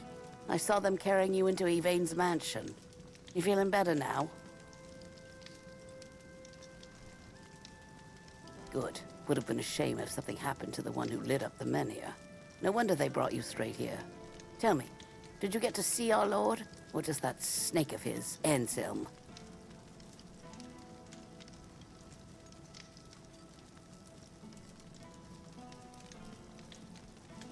Sorry, stranger. I meant no offense. Name's Morag. I'm the innkeeper around here, though, as you've probably seen, there's not much of an inn left to keep. Truth is, I was hoping that, with what happened at the menhir and all, you might have Lord Yvain's ear. And maybe you'd be kind enough to whisper a thing or two into it on my behalf?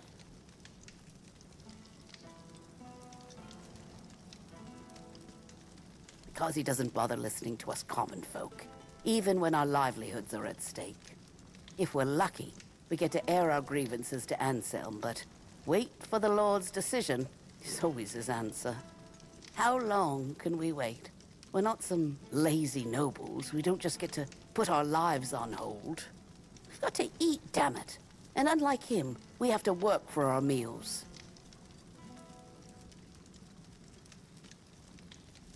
Camelot shut down my inn. Said it was because of the Red Death, but the Red Priests have been here for ages, and they never had a problem with my place. And last I checked, Yvain's still our lord, not one of those Camelocians. What gives them the right to meddle in our business?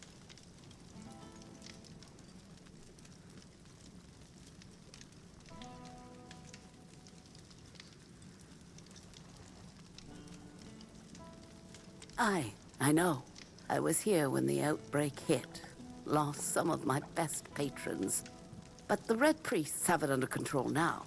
Every new case gets carted straight to the asylum, and we haven't had one in a good while. I tried talking to the Camelocians. They told me to piss off. Now Yvain's my only hope. I thank you, stranger. All I want is a straight answer. The least he could do is make Camelot pay me some kind of compensation. Damn bastards come in here acting like they own all of Connacht.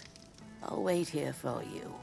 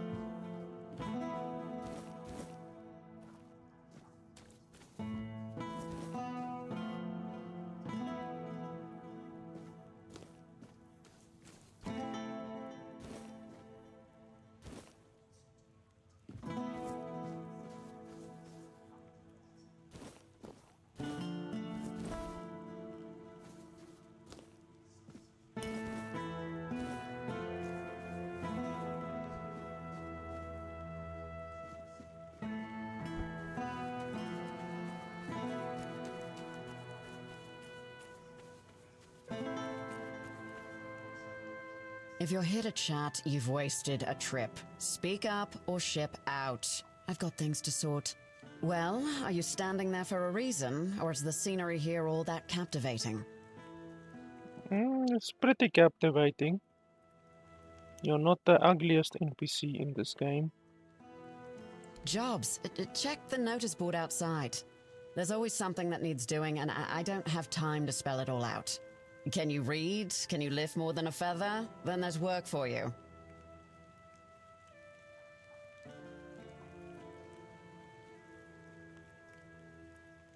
Pleasant is for feasts and fair days, neither of which you'll find here. I'm here to keep us supplied and alive, not to make friends. If you need coddling, you've come to the wrong place.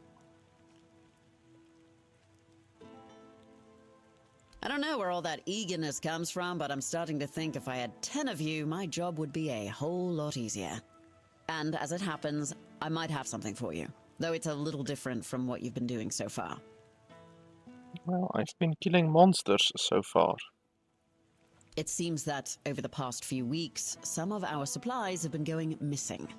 Just small amounts, and I'm not gonna lie, I didn't even notice at first. But when I checked the books at the end of the month, the numbers told the truth. Someone's been stealing the Legion supplies, and I won't stand for it. At first, it was mostly just food, so I figured it must be rats and set up some traps.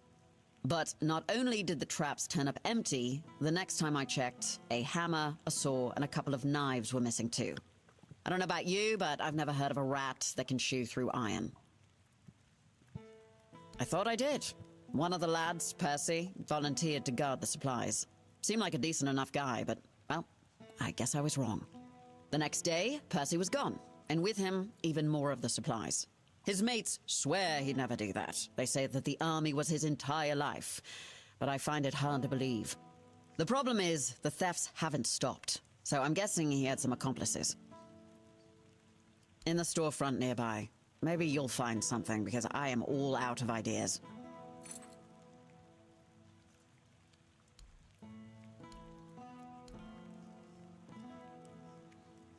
My story? Huh.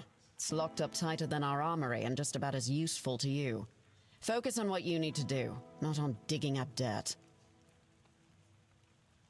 Legate Denholm runs the show here, and I make sure his boots are on solid ground. He's got a head for strategy and a heart for politics. He dreams of dragging Connacht out of the muck and into Camelot's arms. I just keep the wheels greased, so his grand plans don't grind to a halt. I'm Shine, quartermaster of Camelot's Legion here in Connacht. My job is making sure this Legion doesn't fall apart from lack or neglect. A thankless job, let me assure you.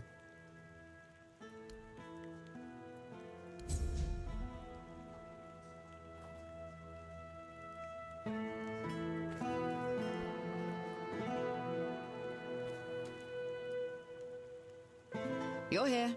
Speak your piece or let me work.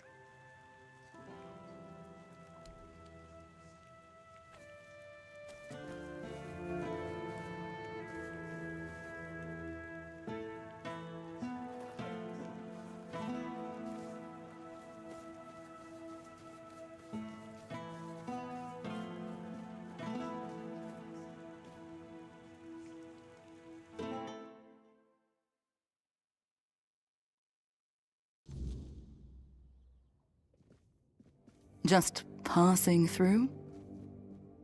Thanks for the interest, but I'm not taking commissions anymore.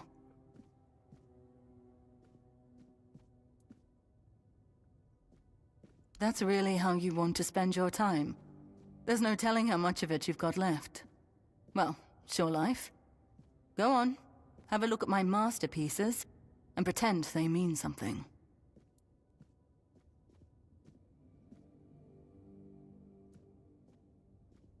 People have lived on Avalon for 600 years. How long have we got left before the weirdness swallows us whole? 5, maybe? How does art stop that? Has it ever protected anyone? Fed anyone? Driven the weird back? Or whatever crawled out of it? I want to do something. Help somehow. But what am I meant to say? Oh, your house is on fire. Don't panic. Come see me, I'll paint you a nice landscape.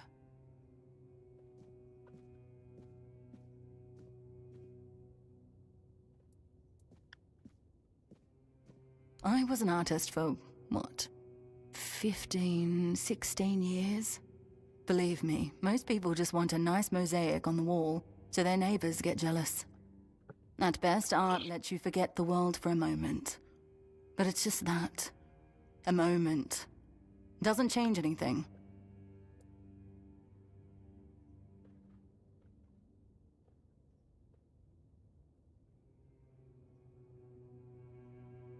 If relocation actually happens, I don't know if I'll go. The capital will need workers and sharp minds to try and delay the end of the world. Can't say I'd be much use. Maybe I shouldn't. But lately, it doesn't feel like the world's ending. It feels like it already has. People just haven't accepted it yet. You bought a house in Kunart, even though everyone else is leaving. Well, I won't lecture you on investments. I wasted my own time quite spectacularly. As for helping you decorate, I have to decline. Sorry, I don't see the point, especially with the weirdness about to flood the town.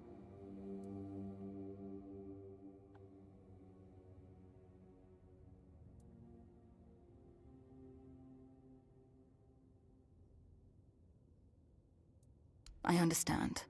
But that moment of pleasure will be so very fleeting. Just another meaningless memory the weirdness will carry away. I'm sorry, but I can't pretend it's anything else. My name's Delia. I spent years working in art. Mostly decorating walls and ceilings, though I carved a few statues for Lord Yvain as well. It's only recently I realized what a waste of time it all was. I used to spend entire days in the studio, carving, painting, cutting off from the world. This whole business with Camelot opened my eyes. The men here was just there. I never thought it could go out forever. Thanks for the visit. Now, go back to life, whatever's left of it.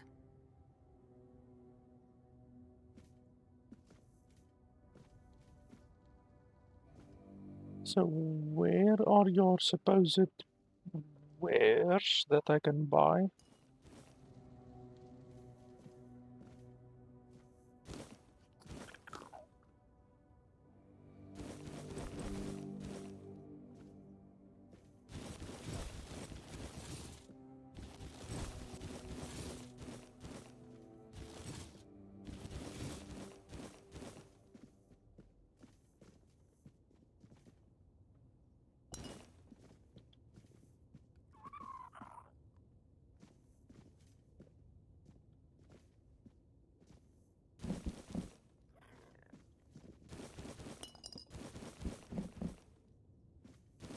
You need something?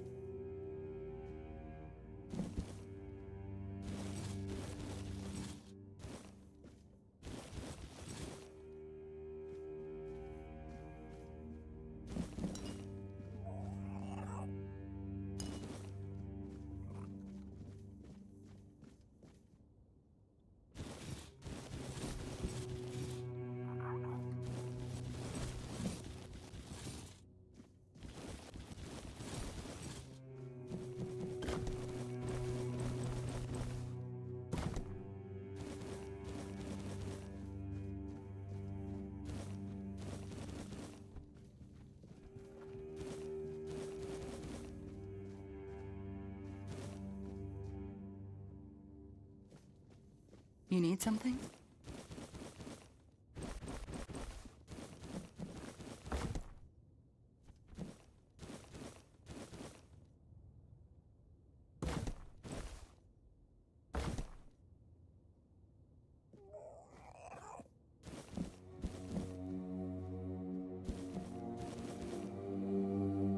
You need something? Hello. As you can see, you can go.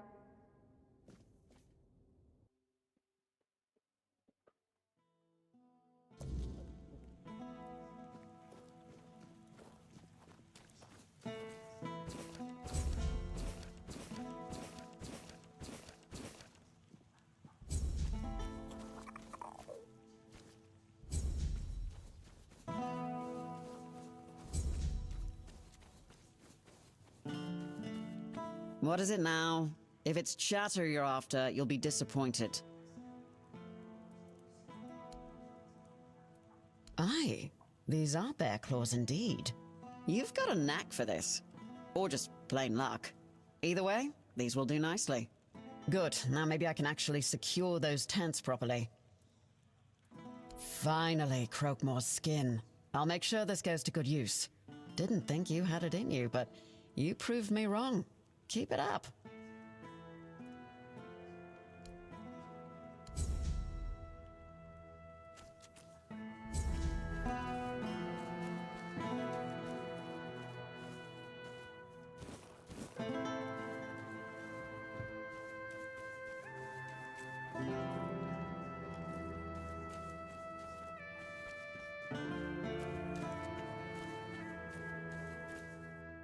Open up, Furkit. We know you're in there.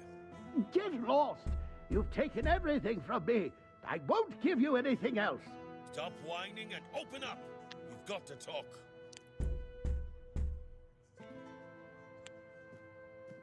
I've had enough of this lunatic. Keep an eye on him in case he gets out. I need a rest. What do you want?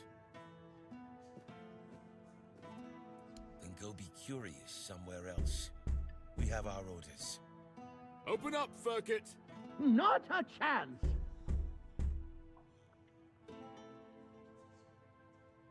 No, you could not, because it isn't your job. But if you really must know, yesterday one of our warehouses caught fire because of one of Furkit's inventions. Denham ordered us to investigate, but how are we supposed to do that if we can't question the suspect? Come on, Furkit! I don't have all day! I don't care! Leave me alone!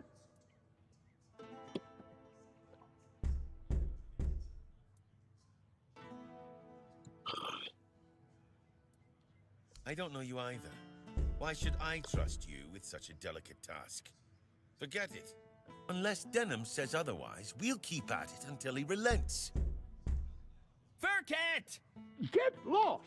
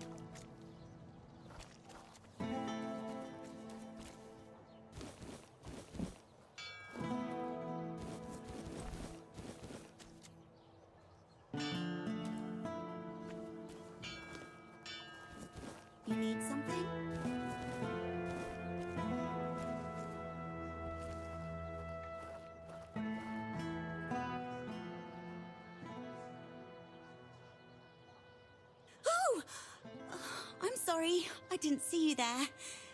Say, have you seen a pig running around?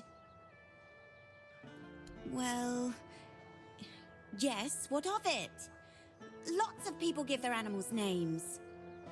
Some have a cow named Bessie. I have a pig named Wilkin. Butcher them? Oh, sweet old mother. I haven't even thought about that. What if someone ate him? Please, please, you have to help me find Wilkin before something terrible happens. Well, the thing is, Wilkin's not really a pig. He's my lover. Well, he's a pig now, but he used to be a man. He was one of Camelot's soldiers. The thing is, I might have done something really stupid. Look, I just wanted him to be happy with me. I know he's not the type to settle down, but I just wanted him to understand that he doesn't need all these other girls when he has me.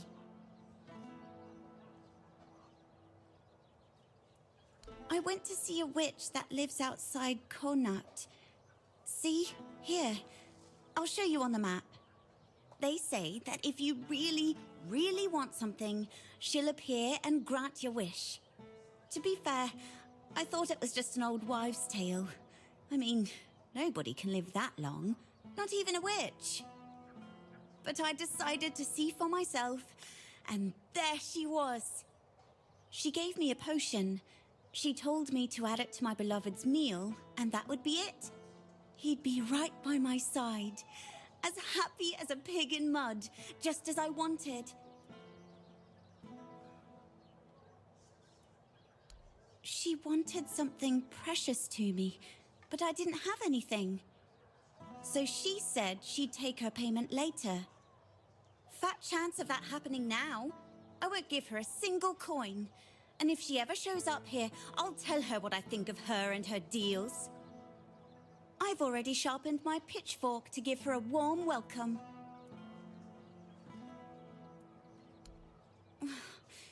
That's the thing. She disappeared. I went back there, but there was no sign of her. It's like she was never even there. And then Wilkin disappeared too. Now all I can do is hope that he hasn't ended up on somebody's table. Really? Oh, thank you. May the All-Mother bless your heart. I promise I'll reward you handsomely. Maybe you should try finding the witch first. Maybe she just didn't appear to me out of spite. But perhaps she'll talk to you.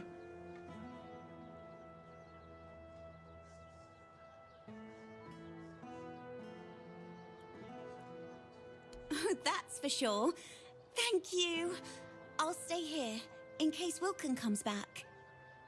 Oh, goodness, I just hope it's not too late.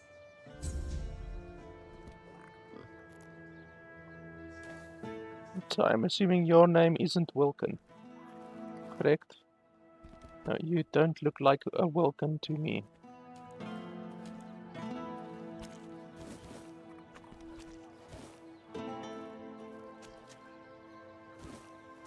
Didn't think anyone would stop by.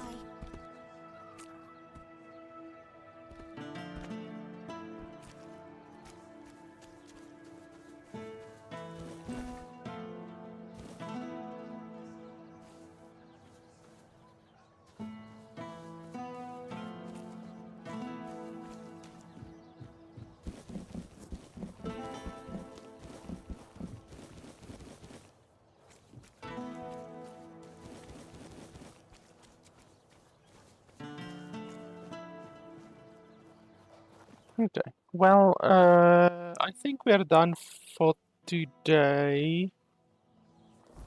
I will play probably a little bit later. Wow, there's a lot of quests over there. I will play a little bit later and continue.